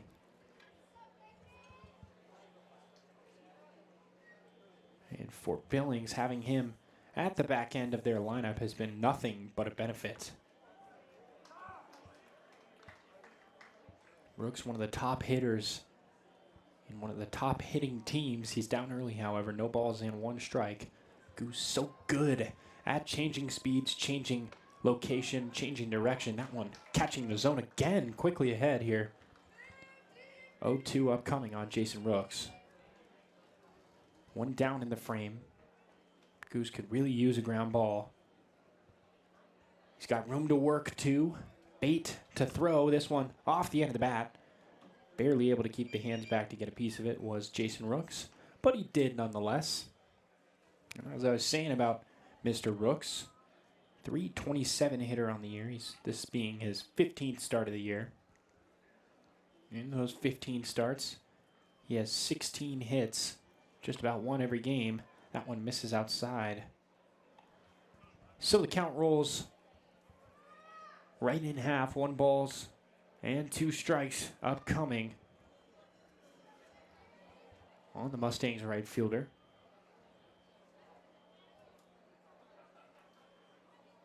Gustafson dealing and getting a big swing and a miss out of Jason Rook. Infatuated and upset as he makes his way back to the dugout. Couldn't keep the weight back. Almost like he knew what was coming, but still couldn't hit it. And that's exactly what makes up the repertoire of Shane Gustafson on the bump. He's not going to blow you away with a 95-mile-an-hour fastball. He's not going to blow you out of the water with the spin rate, although it is pretty impressive. That one misses low and in. 1 ball and no strikes on Blake Evans at the plate. So for the Raptors pitching staff, that is their 8th strikeout of the game. Starting to click, bring it to fruition. 2 down in the frame. 1-1 counts on Blake Evans at the dish. Goose looking to strand that runner down there at first base in Isaac Lovings. Here comes the pitch. Big swing, big foul right into the dirt in front of him. And the count moves in favor of Gustafson on the bump. 1-2 with 2 down. Waiting on deck is the man who is 2 for 3. He's supplied a third of the hits for Billings. Big swing and a miss. Gustafson pitches around the jam. Posts another 0. Does the job about as good as anybody could ask. And that retires the side here in the top half of the 6th. We're through with 5.5. 5-2 ball game. Raptors on top. We'll be right back on the Ogden Raptors Baseball Network.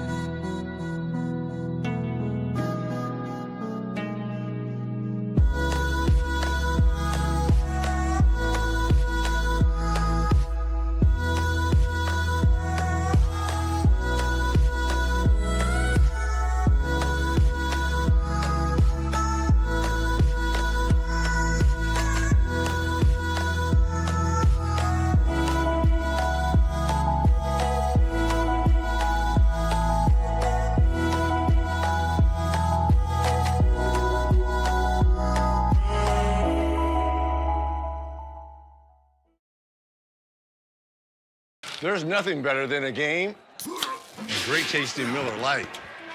It's less filling than Miller Lite. Tastes great. Never understood this argument. Let it be both. Miller and Miller. I like it.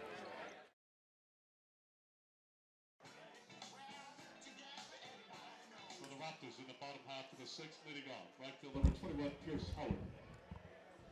Pierce Howard stepping up to the plates, looking to replicate his efforts from his last at-bat. And for Pierce, he finds himself 1 for 2 on the day. His last time up, a squib shot down that left field line. Not the best of contact. Really not very good contact at all. The location was what mattered. Perfectly placed in no man's land down in that left field corner. And Taylor Lomack, despite the fact that he's an incredible fielder, was not able to cover all that much range. That was an impossible out.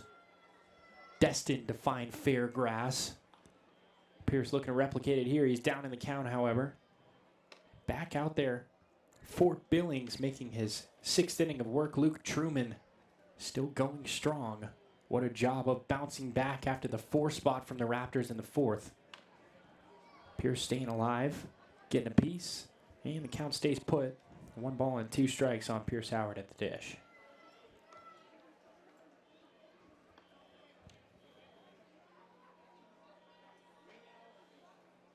And Truman showing some real wherewithal, especially if he's able to cut him up in this half of the inning. Misses bad outside. Count evens up at 2 apiece. But as I was saying, to be able to get shelled for a 4 spot in 1 inning and then come out and toss a 0, and if he were to toss another 0, it'd be an impressive feat. Half of this game is mental. 90% of this game, as Chris Griffin says, is mental. Big swing and a miss from Pierce Howard. And right on cue, getting his 5th strikeout of the game, Luke Truman takes his trot and retires the first batter he sees here in the 6th. So Connor Bagniski steps to the plate. Huge RBI his last time up with that single to right field. Just over the heads of converging first and second baseman Patrick Mills and Mitch Morales. First pitch crushed down that right field line. Well foul, however. No balls and 1 strike upcoming.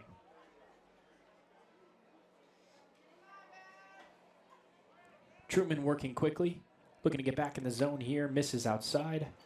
Count evens up at 1 apiece. And for Bagniski, he still serves as the average leader for the Raptors to this point of the year. The only thing preventing him from being the actual average leader is the sample size, only 9 games played.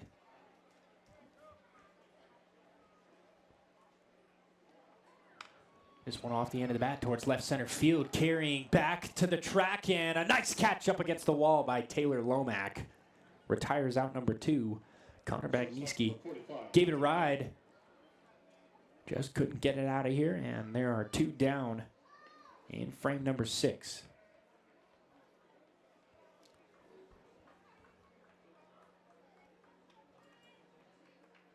So Matthew Golda steps up to the plate, still looking for his first hit. He does have one of the RBIs.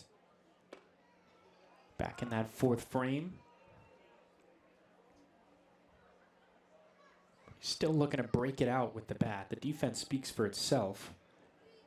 But the production with the bat is the one thing Raptors fans been waiting for. Big swing and a miss. And the count quickly moves in favor of Luke Truman on the bump. No balls and 2 strikes upcoming. Very disciplined take from Matthew Golda to lay off the high cheese. The chin music gets the eyes wide, gets you all excited. The 1-2 pitch misses low and in. Count evens up at 2 apiece. It's such a hard objective to stay off of that high fastball, especially when you're waiting fastball. Here comes the 2-2 pitch, and Golda watches it trail in for a called strike 3, the 6th of the game for Luke Truman, and what a job of bouncing back and posting 2 straight zeros. We're through with 5.5 Oh, excuse me, we're through a 6 full, and it is still a 5-2 ball game. We'll be right back on the Ogden Raptors Baseball Network.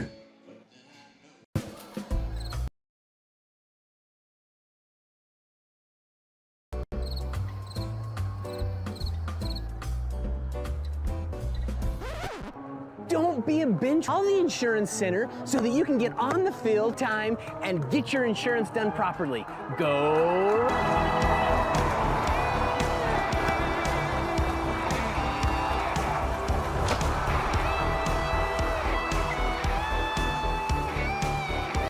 Did you know that children are targeted by cybercrime every 30 seconds?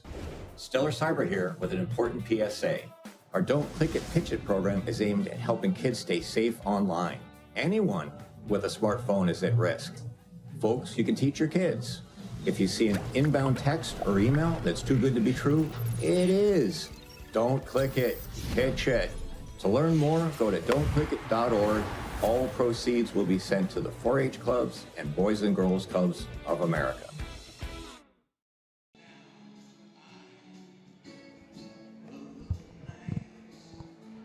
Top half of the 7th already, and making his way out onto the bump for the Raptors. It's going to be Chris Griffin making his 10th start of the year. Old reliable out of the pen he has been so far this year. As he takes his warm-up pitches, I'll take a quick second to remind you that any rebroadcast, reproduction, or other use of the pictures, videos, and accounts of this game is prohibited without the express written consent of the Pioneer Baseball League. And for Chris Griffin, he just continues to get better and more reliable for this team. I don't want to jinx anything here, knock on wood, but his production, his energy, his clubhouse presence, everything about Chris Griffin screams the exact type of teammate that you want in your organization. And he's a guy with great experience, a 1.59 ERA in his first 9 appearances on the year. He has one of the Raptors' wins out of the pen, 11 1/3 innings pitched, tied with Shane Gustafson on the team for the team lead as an inning eater. 7 hits in those 11 1/3 innings, along with 2 earned runs. That ERA sitting at 1.59, evening out at 1.59. Griffin is certainly a tough out. Quickly ahead of Brendan Ryan here. No balls and 2 strikes. Called strike, big swing and a miss.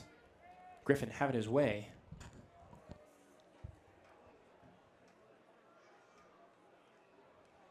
Opponents hitting under 200 off of Griffin's arsenal. Just getting a foul ball tapper to stay alive. Brendan Ryan will live to see another one. He's been one of the most productive men in the order for Billings so far today.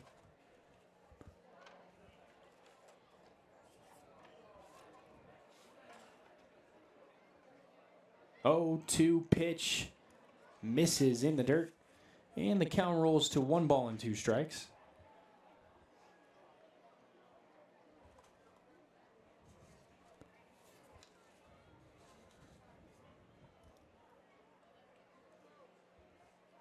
One-two offering once more, and this one clips him on the inside knee. Not even a reaction from Brendan Ryan. If there was pain, he's not showing it. Takes his free 90. It's a hit by pitch. And a rude greeting to Chris Griffin. Runner on, nobody out. And Taylor Lomax stepping up to the plate with the table set in front of him.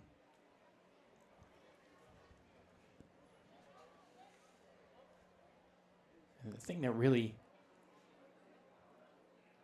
makes Chris Griffin's arsenal stand out from the other pitchers in the pen is that sinking fastball right there, perfectly on cue.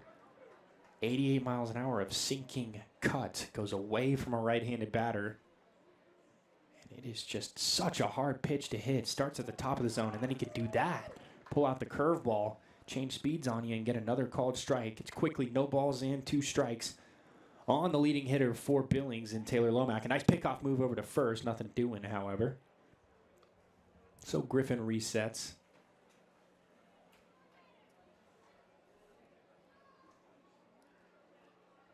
No ball, 2-strike count upcoming. Staying back on it is Lomack, launching it to shallow center field. And of course, who else but Jack Cohn in that black hole of a glove, making sure that ball does not touch green grass. 1 down here in inning number 7. Via the fly out to center field. And the runner stays stranded at first. Travis Holt coming up as the 3-hitter for the Mustangs.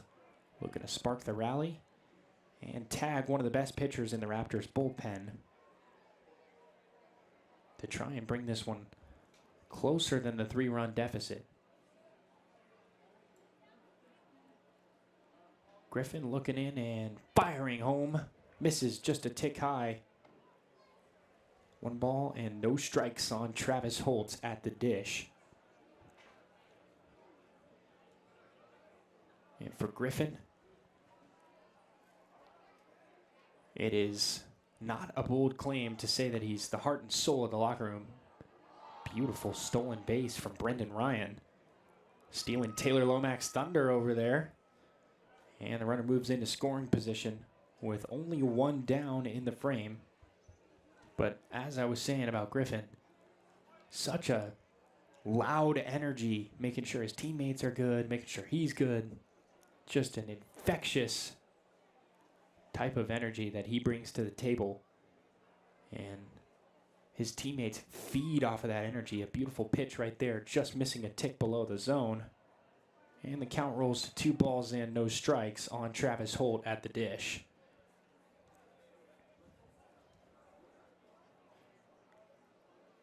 Chris picking up the sign. A 3-ball, no strike count. Finds the zone. Called strike on the outside corner.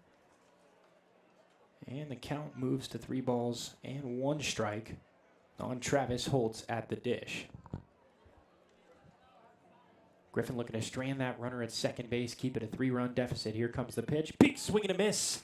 Just got to do that once more. Went to the well, and it kept him off balance. A beautifully located slider right there on the outside corner.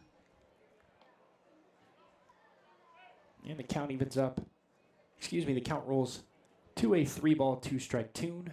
Looking for the punch out is Chris Griffin. Here comes the full count offering, and it misses low for ball 4. A nice take from Travis Holt. That's back-to-back at-bats with a walk for Travis Holt. Showing off some great plate discipline.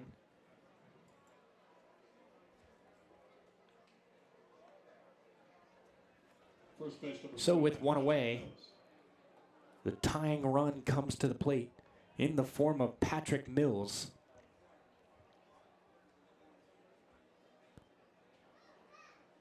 Griffin gonna have to activate the escape artist.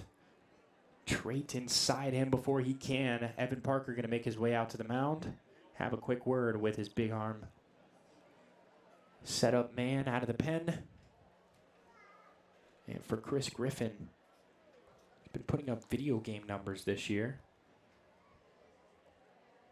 11 1/3 innings pitched. The only really normal stat that you see on his stat line is the 11-13 walk to strikeout ratio. Has had trouble with his command. Where he's been really good is getting out of the jams that are sparked because of those walks. This one, no different. Hit by pitch, fly out, walk. Now they converge on the bump. Have a quick word.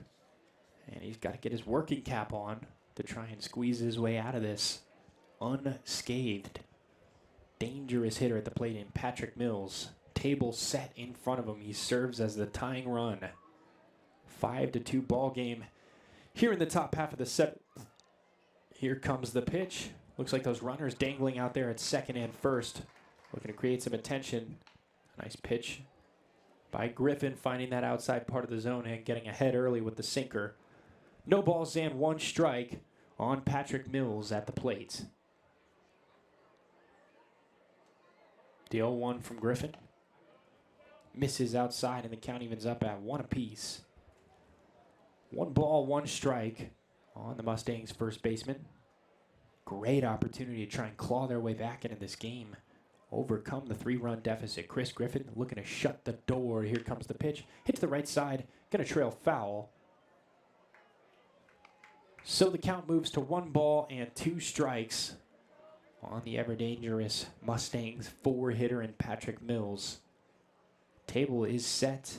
Great speed on both bases. Brendan Ryan trails out there at second base. Travis Holt over at first. Chris Griffin on the bump looking to pitch around the jam. Here comes the 1-2, and it misses outside. 2 balls and 2 strikes upcoming.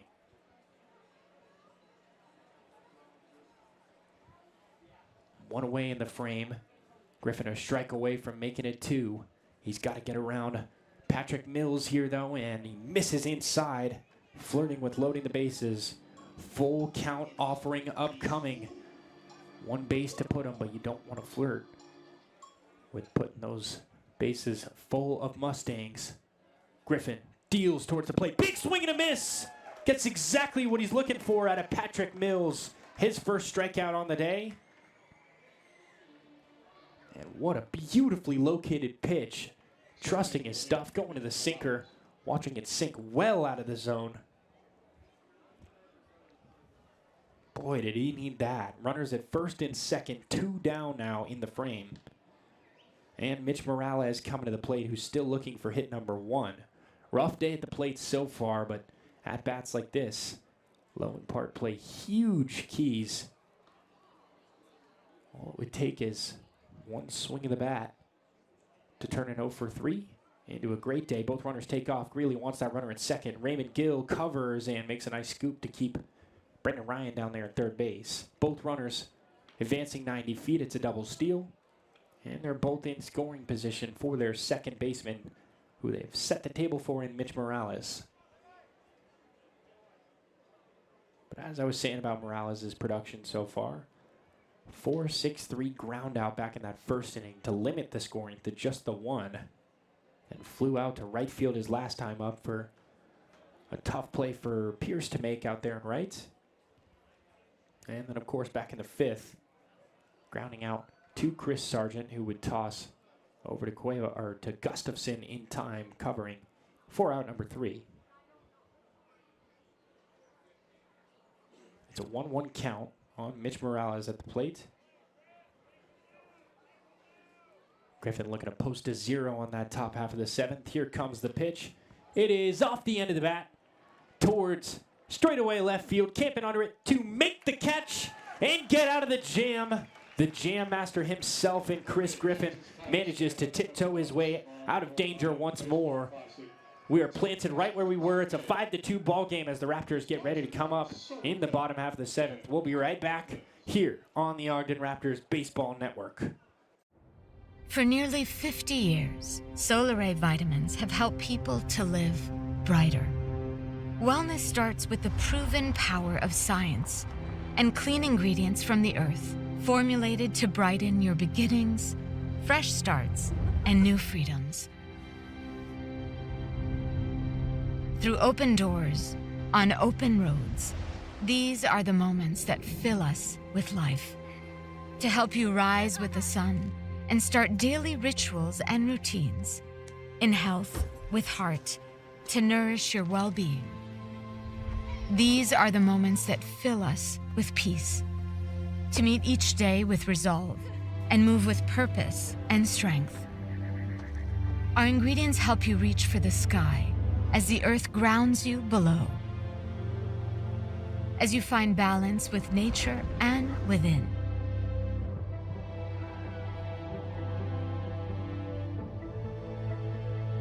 Solar Ray, born in 1973. With pioneering industry standards, best-in-class testing, and over 900 vitamins, minerals, and herbs. To support us all in reaching our highest heights and our healthiest selves. Live brighter.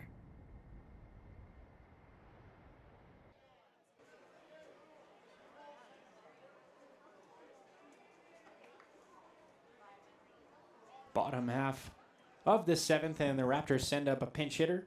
Checking out is Thomas Greeley, at least for the time being. And checking in, it is the new signee in Kenny Oyama.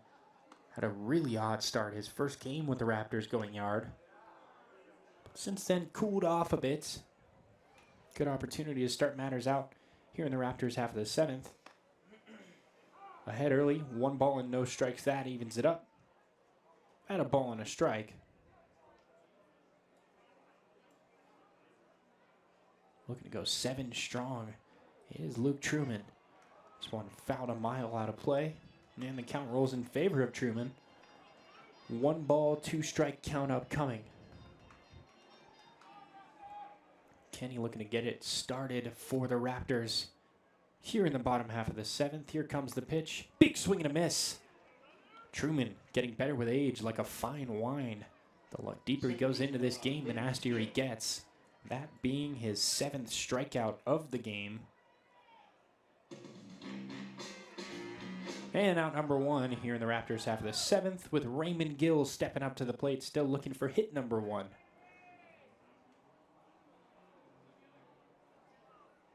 Gill with a monster road series. We're going to tee off some of that energy back here in Ogden. No ball, 1 strike count on Gill.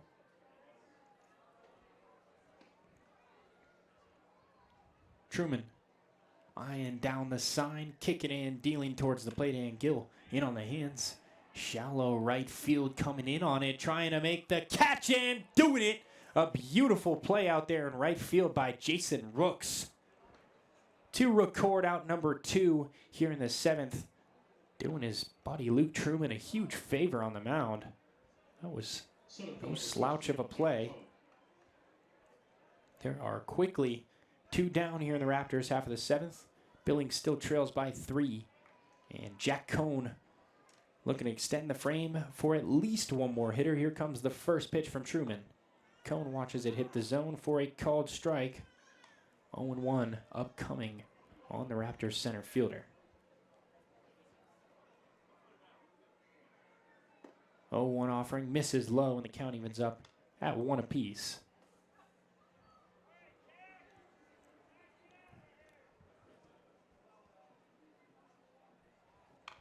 Off the end of the bat, down that right field line, hooking foul towards the Billings dugout. So the count moves in favor of Truman on the bump.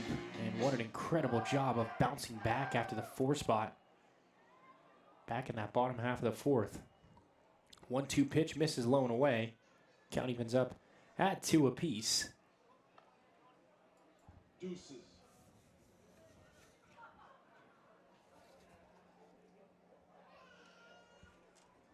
2-2. Cohn able to lay off. What great plate discipline. Staying back on that and avoiding flying through it. Nothing he could have done with that pitch. Beautiful bait pitch. A pitcher's pitch for sure. But a hitter's not going to do anything with that. Full count offering upcoming. Here comes the pitch, and Cohn fouls again. So we'll do it again. Still a full count upcoming. 3 consecutive fastballs. If he throws 1 more right here. It's a full count on Jack Cohn at the dish. Here comes the pitch. Another 1 sent foul. Grinding out every pitch in this one. Not giving him any room to work.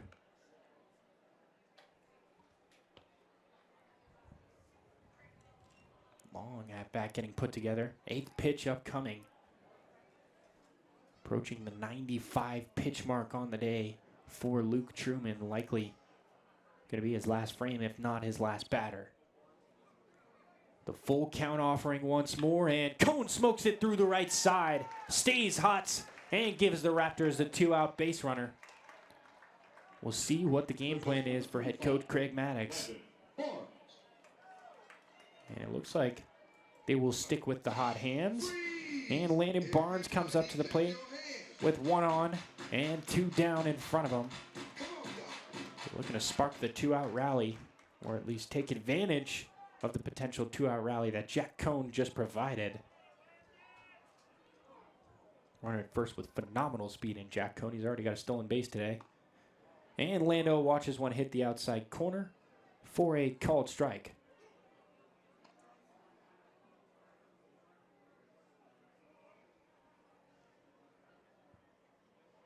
Landon's had himself a pretty solid day at the office. His first time up, flew out to center field. Nice check-in on first base over there to make sure Jack Cohn wasn't thinking of anything too deceptive over there. No more stealing. It's probably what Truman's thinking, and right on cue, Jack Cohn takes off. It's a great throw down there. He is nabbed in place. What an incredible howitzer from Isaac Loving. He's cutting him down. And without a trace, that will retire the side. Here in the bottom half of the 7th, we're through 7 full. It's a 5-2 ball game, and we'll be back in just a moment on the Ogden Raptors Baseball Network. For nearly 50 years, Solaray vitamins have helped people to live brighter. Wellness starts with the proven power of science and clean ingredients from the earth, formulated to brighten your beginnings, fresh starts, and new freedoms. Through open doors, on open roads, these are the moments that fill us with life. To help you rise with the sun and start daily rituals and routines, in health with heart, to nourish your well-being. These are the moments that fill us with peace, to meet each day with resolve and move with purpose and strength. Our ingredients help you reach for the sky as the earth grounds you below, as you find balance with nature and within.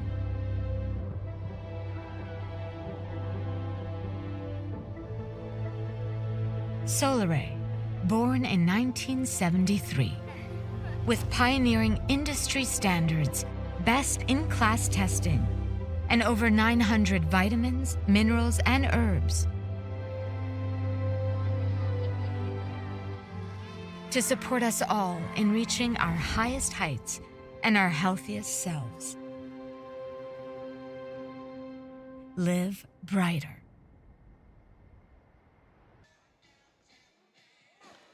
Back from the break, top half of the 8th, and I'm here with my broadcast production assistant, Tucker Thorstead, giving you folks a public service announcement before the progression of the inning. The Utah Department of Public Safety Highway Office would like to remind you that texting while driving is illegal and very dangerous too.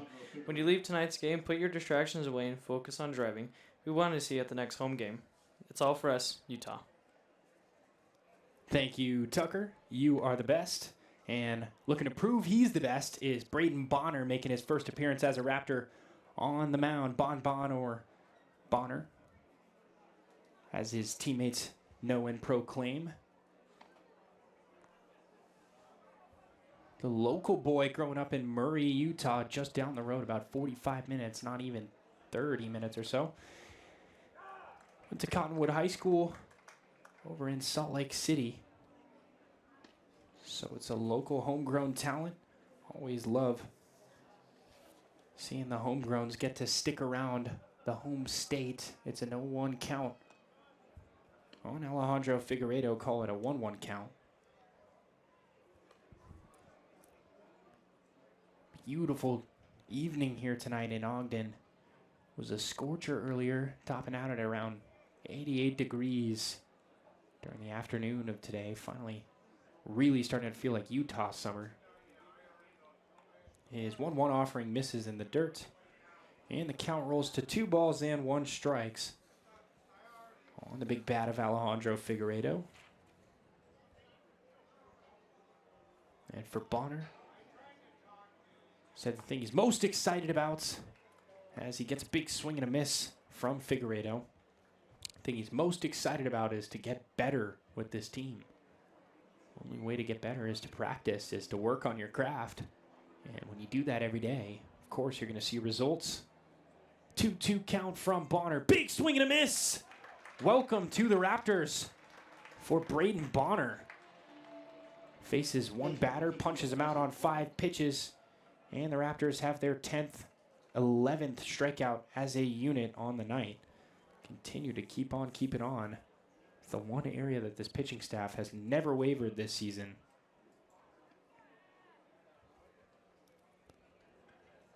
Coming into tonight's ball game, they had 165 strikeouts, third in Pioneer baseball.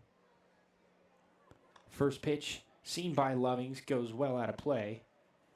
No balls and 1 strikes. And for the other 2 strikeout dealing teams,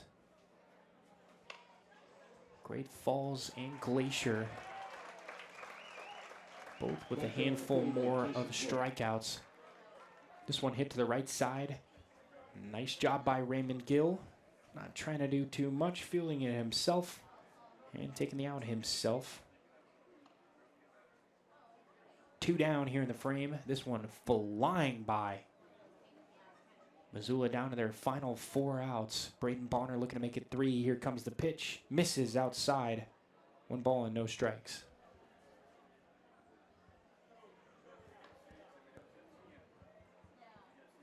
Bonner really lives off of that fastball. But what that fastball helps set up is what is more important, really. That splitter is his go-to off-speed breaker. That one clips the zone. A nice fastball right there. Evening the count up at 1 apiece. And it looks like they are going to challenge. Jason Rooks didn't like the call. Sent it up to the booth. And it is confirmed. A strike call on the outside corner. So they lose 1 of their challenges.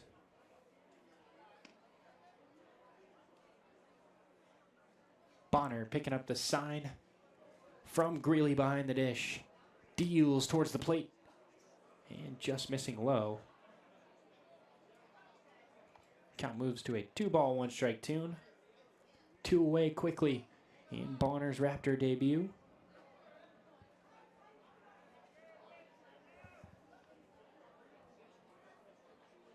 Picking up the sign, the 2-1 offering, and it is smoked to center field. This is going to take Jack Cohn all the way back to the wall, off the top of the wall, missing a home run by a matter of inches. Great throw in off the glove of Matthew Golda. It is a 2-out double for Jason Rooks. Doing it with the glove, now he's doing it with the bat. Shortstop number 14, Blake Evans. Looking over at that Billings dugout, trying to hype up his teammates. Spark a rally here with only 4 outs remaining. Blake Evans comes to the plate with a runner in scoring position and 2 down in front of him.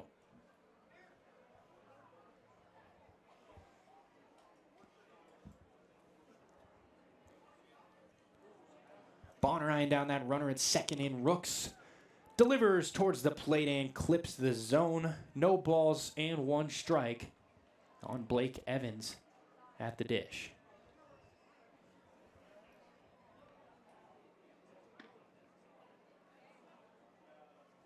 Bonner kicks in, deals towards the plates.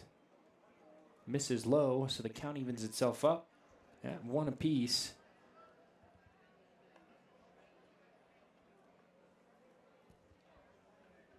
And for Bonner, says this himself, what separates him from other pitchers at this level is the work ethic. Not caring about the situation, not caring about the risks, not caring about the outcomes, but doing anything that it takes to get that outcome that he needs to get that win, really. After a foul ball sent a million miles down the line, the count rolls to 1 ball and 2 strikes on Blake Evans at the plates. Bonner looking for the punch out. Here comes the pitch. It's off the end of the bat towards the right side. Anthony Herron fields softly over to Bonner in first. In time, 4 out number 3. 3 outs left to go for the matters for Billings, excuse me. That will retire the side here in the top half of the 8th. A 5-2 ball game. Raptors lead as they come up for potentially their last set of at-bats on the night, looking for their first home win in nearly 10 days. We'll be right back here on the Ogden Raptors Baseball Network. He's here. One light.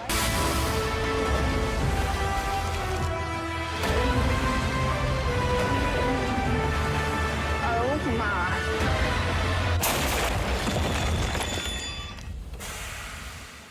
Oh shoot, I forgot to play the song. Thanks, LL Cool J. I got a guy who can fix this. Do you thrive on a challenge? Does crafting complex parts ignite your passion? Peterson Inc. isn't your average manufacturer. We're world-class, pushing the boundaries of what's possible. We're looking for skilled welders and machinists to join our team. People who take pride in precision. If you're wanting to contribute to groundbreaking innovations, Peterson Inc. is your place. Visit petersoninc.com and join the team that builds the future. Did you know that children are targeted by cybercrime every 30 seconds? Stellar Cyber here with an important PSA. Our Don't Click It, Pitch It program is aimed at helping kids stay safe online. Anyone with a smartphone is at risk. Folks, you can teach your kids. If you see an inbound text or email that's too good to be true, it is.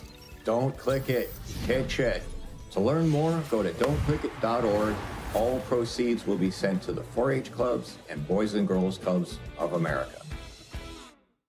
This strategic messaging apparatus, otherwise known as your phone, can give the upper hand to a friend struggling with thoughts of suicide.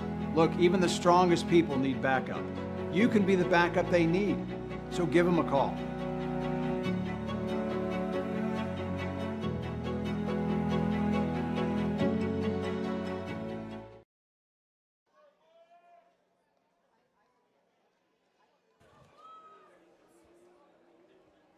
After getting cut down en route to second base in the last frame, it is up to Landon Barnes to get matters started. And on the first pitch he sees, launches a lazy fly ball out to right field. No problem out there. Camping under it and making the catch without an issue is Jason Rooks, continuing to play great on both sides of the ball throughout this game. So Landon got robbed of his at-bat in the last frame, and promptly on the first pitch gets turned into an out here in the 8th. So it'll be up to Nick Olch to try and tag on some more insurance runs. First pitch he sees, trails outside. He's ahead in the count early. 1 ball and no strikes. For the Mustangs on the bump after 7 great innings from their starter and Luke Truman. It is Daniel Willie getting the appearance and looking for better fortunes than he's had of late. He has 1 start on the year and has appeared 4 times total, this being his 5th. The ERA has not been there, however. This time, an easy ground ball back to Willie, but it looks like it clipped off of some part of Nick's front foot there, rolling over it on that swing. Count runs to 2 balls and 1 strike after the foul ball. Going to take a second. Make sure everything's working right down there. Big Nick looking to come through like we have grown so accustomed to as Raptors fans. Always a threat of adding the prolific insurance run. 350 hitter on the year, just a tick under it at least. Looking to extend that right here, didn't miss it by much. Fouls 1 down the line. Count evens up at 2 apiece. 2 balls, 2 strikes, 1 away. 5-2 ball game. 5 runs on 7 hits and 2 runs on 7 hits for Billings. Taken inside and high near the letters. Brushing off Olch from the plates. 3-2 count upcoming.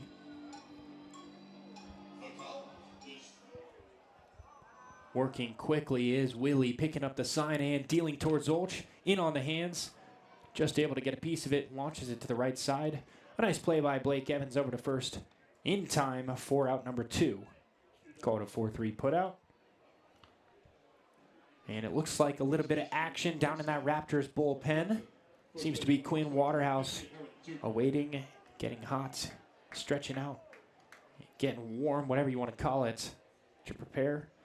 To come into this one, he has been untouchable through his first 9 appearances on the year. This would be his 10th appearance on the year. And he's looking to come in and shut the door right where it is. 5-2 ball game. He's been so nasty all year long. So Anthony Herron checks in at the plate for Christopher Sargent.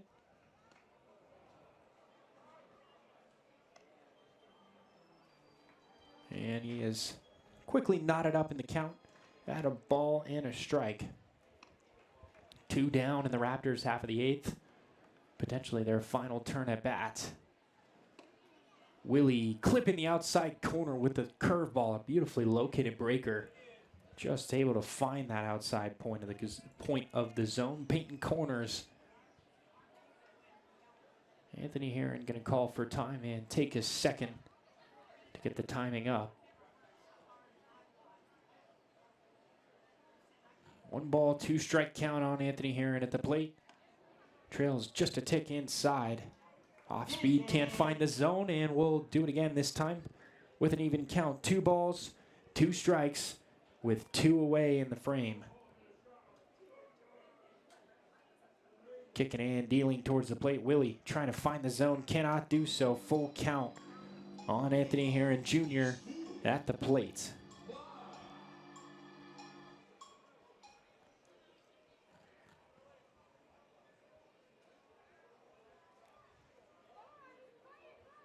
Willie picking up the sign and dealing and missing outside. A great at-bat put together by Anthony Herron. He finds his way down to first base. The first walk of the game for Mr. Daniel Willie. And it gives Pierce Howard a 2-out opportunity to try and tack on some more insurance runs here in the bottom half of the 8th.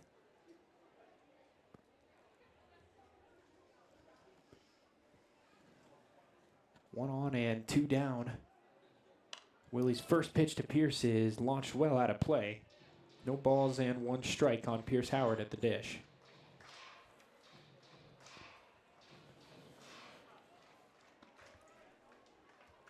Pierce been a rock for this entire team. A pillar all year long. 389 hitter, always finding ways to get on base. Not going to blow you away with 10, 20 homers a season. But he is going to produce and turn the lineup over and give the big bats a chance to try and tag in all of those runs with 1 hefty swing. Pierce, such a great base runner, so great at getting on base in the first place. This one, right on cue, up the middle, tough play at short, behind the short position. This will almost certainly go down as an infield single for Pierce Howard. Grown so accustomed to seeing it. Everybody moves up, runners at first and second with one of the most dangerous RBI bats in the Raptors order coming to the plate, Connor Bagneski. And it looks like Craig Maddox making his way out there. That is going to do it for his young pitcher and Daniel Willie. Making the call to the bullpen.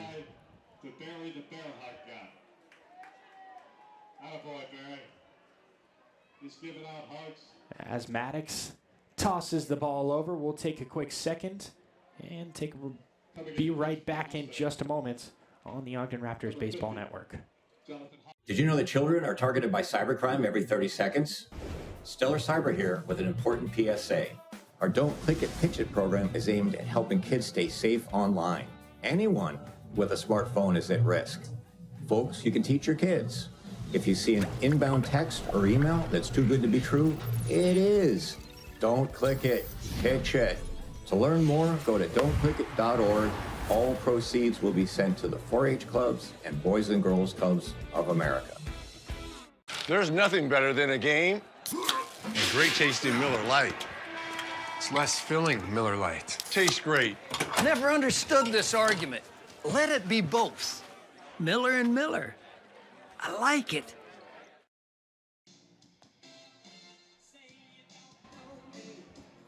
So Craig Maddox turns the ball over to Jonathan Hobb, expecting him to keep the game right where it is. All he's got to do is get 1 single out.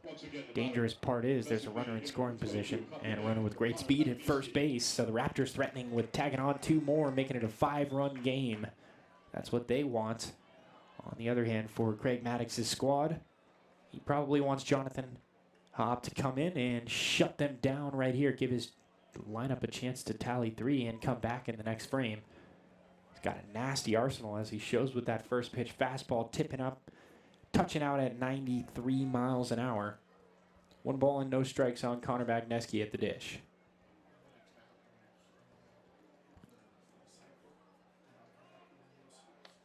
That one misses low and moves the count to 2 balls and no strikes on the ever-dangerous Connor Bagniewski.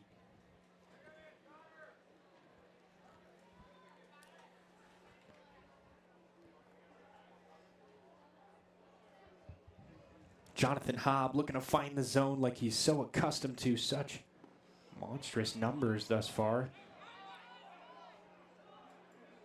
And trying to figure out what the ruling is. As it stands, it looked to be ball 4, but I think they might say he swung.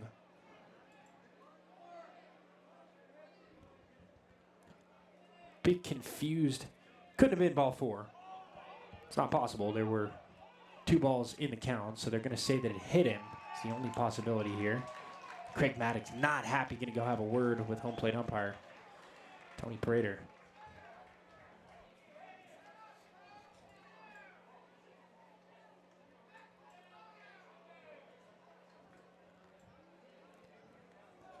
So as it stands, it is a two ball count hit by pitch. Could not find the zone, could Jonathan Hobb. So the bases are all loaded up with 2 down, and Matthew Golda coming to the plate. Huge opportunity to try and break through and come through with a signature moment for the Raptors, with the Raptors.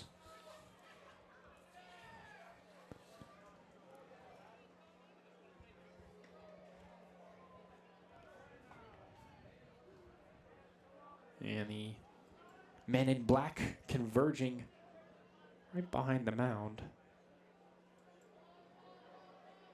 Talking about that previous play and what they want to rule. They are going to say it's a hit by pitch.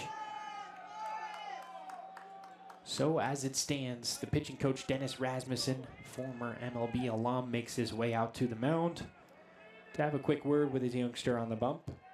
All reliable. The version of Chris Griffin for the Raptors. Jonathan Hobb is that for Billings. 1.23 ERA, 7 appearances, this being his 8th on the year. He does have a save. He's also pitched 7 1/3 innings, only giving up 6 hits in a lonely 1 run in that time frame, along with 7 walks and 14 strikeouts more impressively. The 2-to-1 strikeout to walk ratio, always an encouraging sign.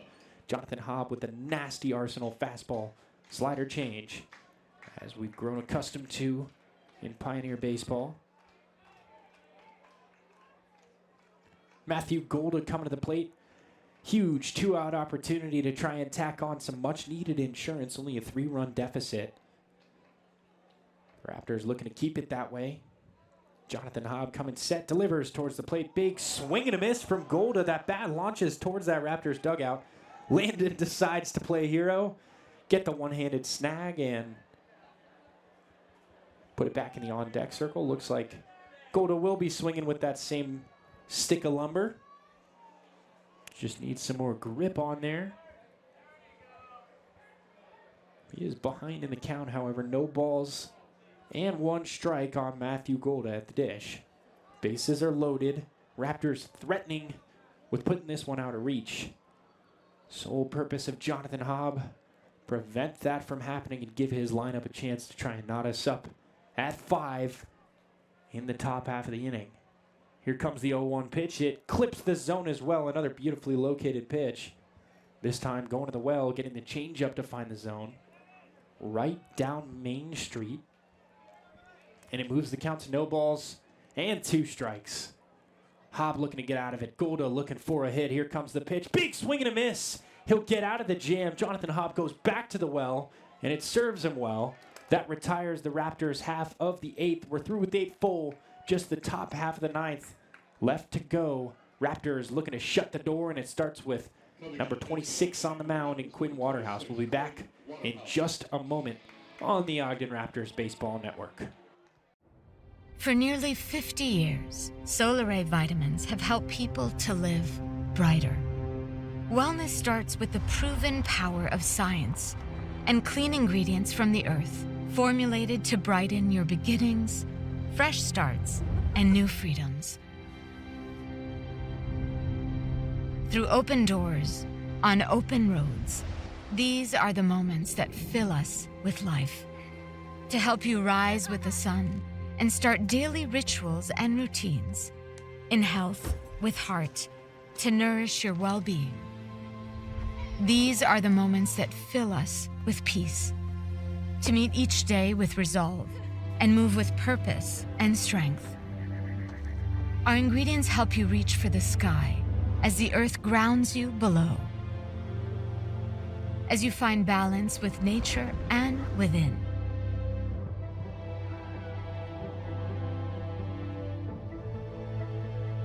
Solare, born in 1973.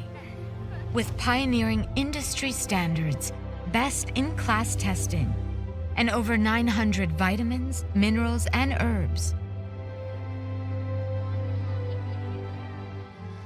to support us all in reaching our highest heights and our healthiest selves. Live brighter. Center field number 23, Brendan Wright. Top half of the ninth. Already the Raptors looking to shut the door. 3-run cushion. 5-2 they lead here in the top half of the ninth. However, they've got to go through the teeth of this order with Brendan Ryan leading it off. And he has had himself a great day. Been on 3 out of 4 times. Only had 3 official at-bats. Got hit, plunked his last time up. Back in the second he struck out. But beyond that, 2 doubles. Both of them to right field. Both of them crushed. His last one, 108 off the bat. He has been clearly seeing it well. However, not many guys see number 26 on the mound very well. It's a 1-ball, no strike count on Brendan Ryan at the plate. Quinn Waterhouse coming in behind beautiful efforts from everybody out of the bullpen so far. Shane Gustafson, Chris Griffin, Braden Bonner, all posting nothing but zeros, helping the ERA out. Quinn Waterhouse looking to join in on the fun, get in on the party, and post another 0. This one misses inside, flirting with a first walk of the game for Quinn Waterhouse. Wouldn't want to do it on 4 pitches, especially to a man with the wheels that Brendan Ryan has. Does just that. It is a 4-pitch walk.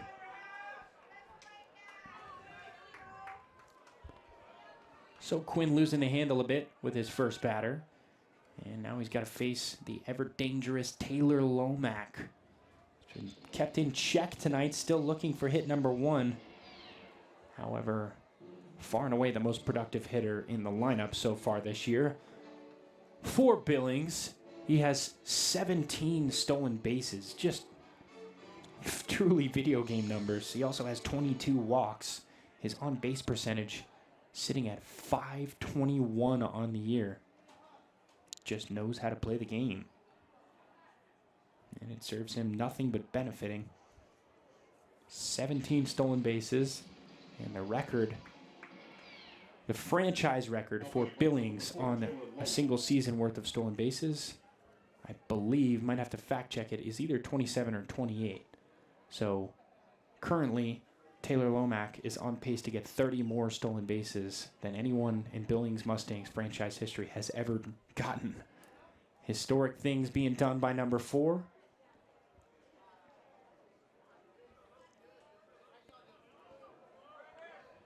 He's got a face. Very dangerous arm in the left-handed southpaw arm of Quinn Waterhouse. Ahead in the count early, no balls and 1 strike after he gets the call.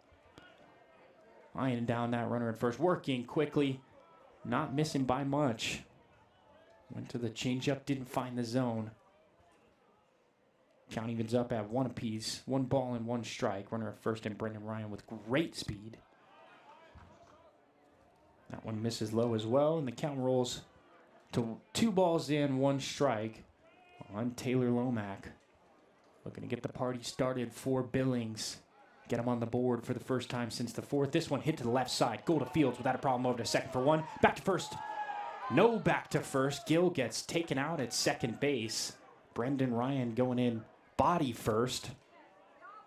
Preventing throw from happening. A nice heads-up play. Heads-up base running, I should say. Lucky to see that Raymond Gill is all good out there at second base. Third base number 26, Travis Holt.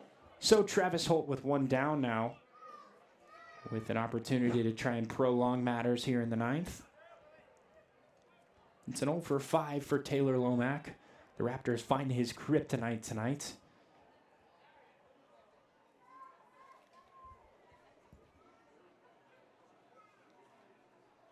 We'll stop the game for a few seconds. Quick delay as Pierce Howard makes his way out towards that right field line, giving some lucky fan the souvenir ball that made its way back onto the field. First pitch from Quinn. Hits the outside corner and gets the call. No balls and 1 strike on Travis Holt at the plate. Waterhouse eyeing down that runner at second, bounces it to the plate. Couldn't locate the off speed there. And the count rolls even. 1 apiece. One runner on with, obviously, incredible speed. He's got the most stolen bases in Pioneer baseball so far. Waterhouse with that left-handed matchup obviously makes it a bit more difficult. Crushed down the line. Just foul. So the count moves in favor of Q-Dub on the bump. 1-2 upcoming to Travis Holt. This whole front four always posing a threat, whether it be getting on base or hitting the ball hard. Big swing and a miss. Puts down Holt on 4 pitches. What a job of bouncing back by Q-Dub. His first strikeout of the game. And for the Raptors as a staff, their 12th strikeout of the ball game. So it'll be up to Patrick Mills, looking to extend matters here in Billings' half of the 9th. He's ahead in the count early, 1 ball and no strikes. Looking to turn it over to Mitch Morales. Try and knot us up at 5s. Off the end of the bat towards right center field. Coming in on it is Pierce Howard to make the catch, retire the side, end the game. It is a Game 1 victory for the Raptors here at home. 5-2 is your final score. Trying to claw out all of these wins and get it going in the right direction. That road trip, obviously, proving that it's coming to fruition. The successes are showing. Winning 4 of 6 in Glacier, and what a great start to this series. Back home here in Ogden, their 3rd win at home in front of the Ogden faithful this year. And their first opening series win, opening game of a series win so far. From up here in the booth, that is going to be a wrap on the regular festivities of the game. We'll be back in just a moment for the post-game show up here in just a moment.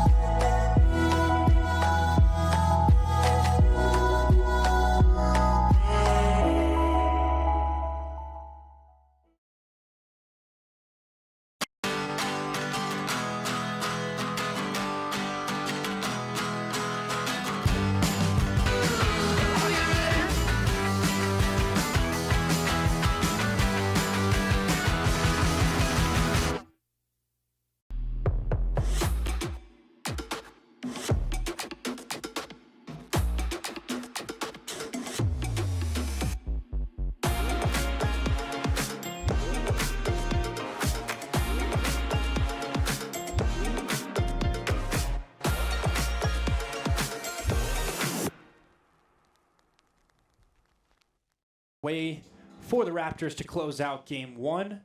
could not have drawn it up any better. Our final score from Ogden is 5-2, 5 runs on 8 hits, and perfect defense for Ogden. And for Billings, 2 runs on 7 hits, along with 1 error over at shortstop.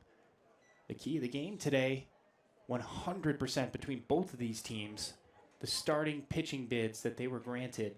For Luke Truman, he will get tagged with the loss, but he did go 7 strong, giving up 7 hits, 3 earned runs, 5 runs in total. Only 1 walk. He struck out 7 batters, and he gave his team 7 innings of competitive baseball. Daniel Willie would come out of the pen and toss 2/3 of an inning before getting plucked for Jonathan Habb to come in and try and shut the door there in the Raptors' half of the 8th, giving his team a chance to try and come back in the 9th. Although facing Quinn Waterhouse, never a good recipe for comebacks.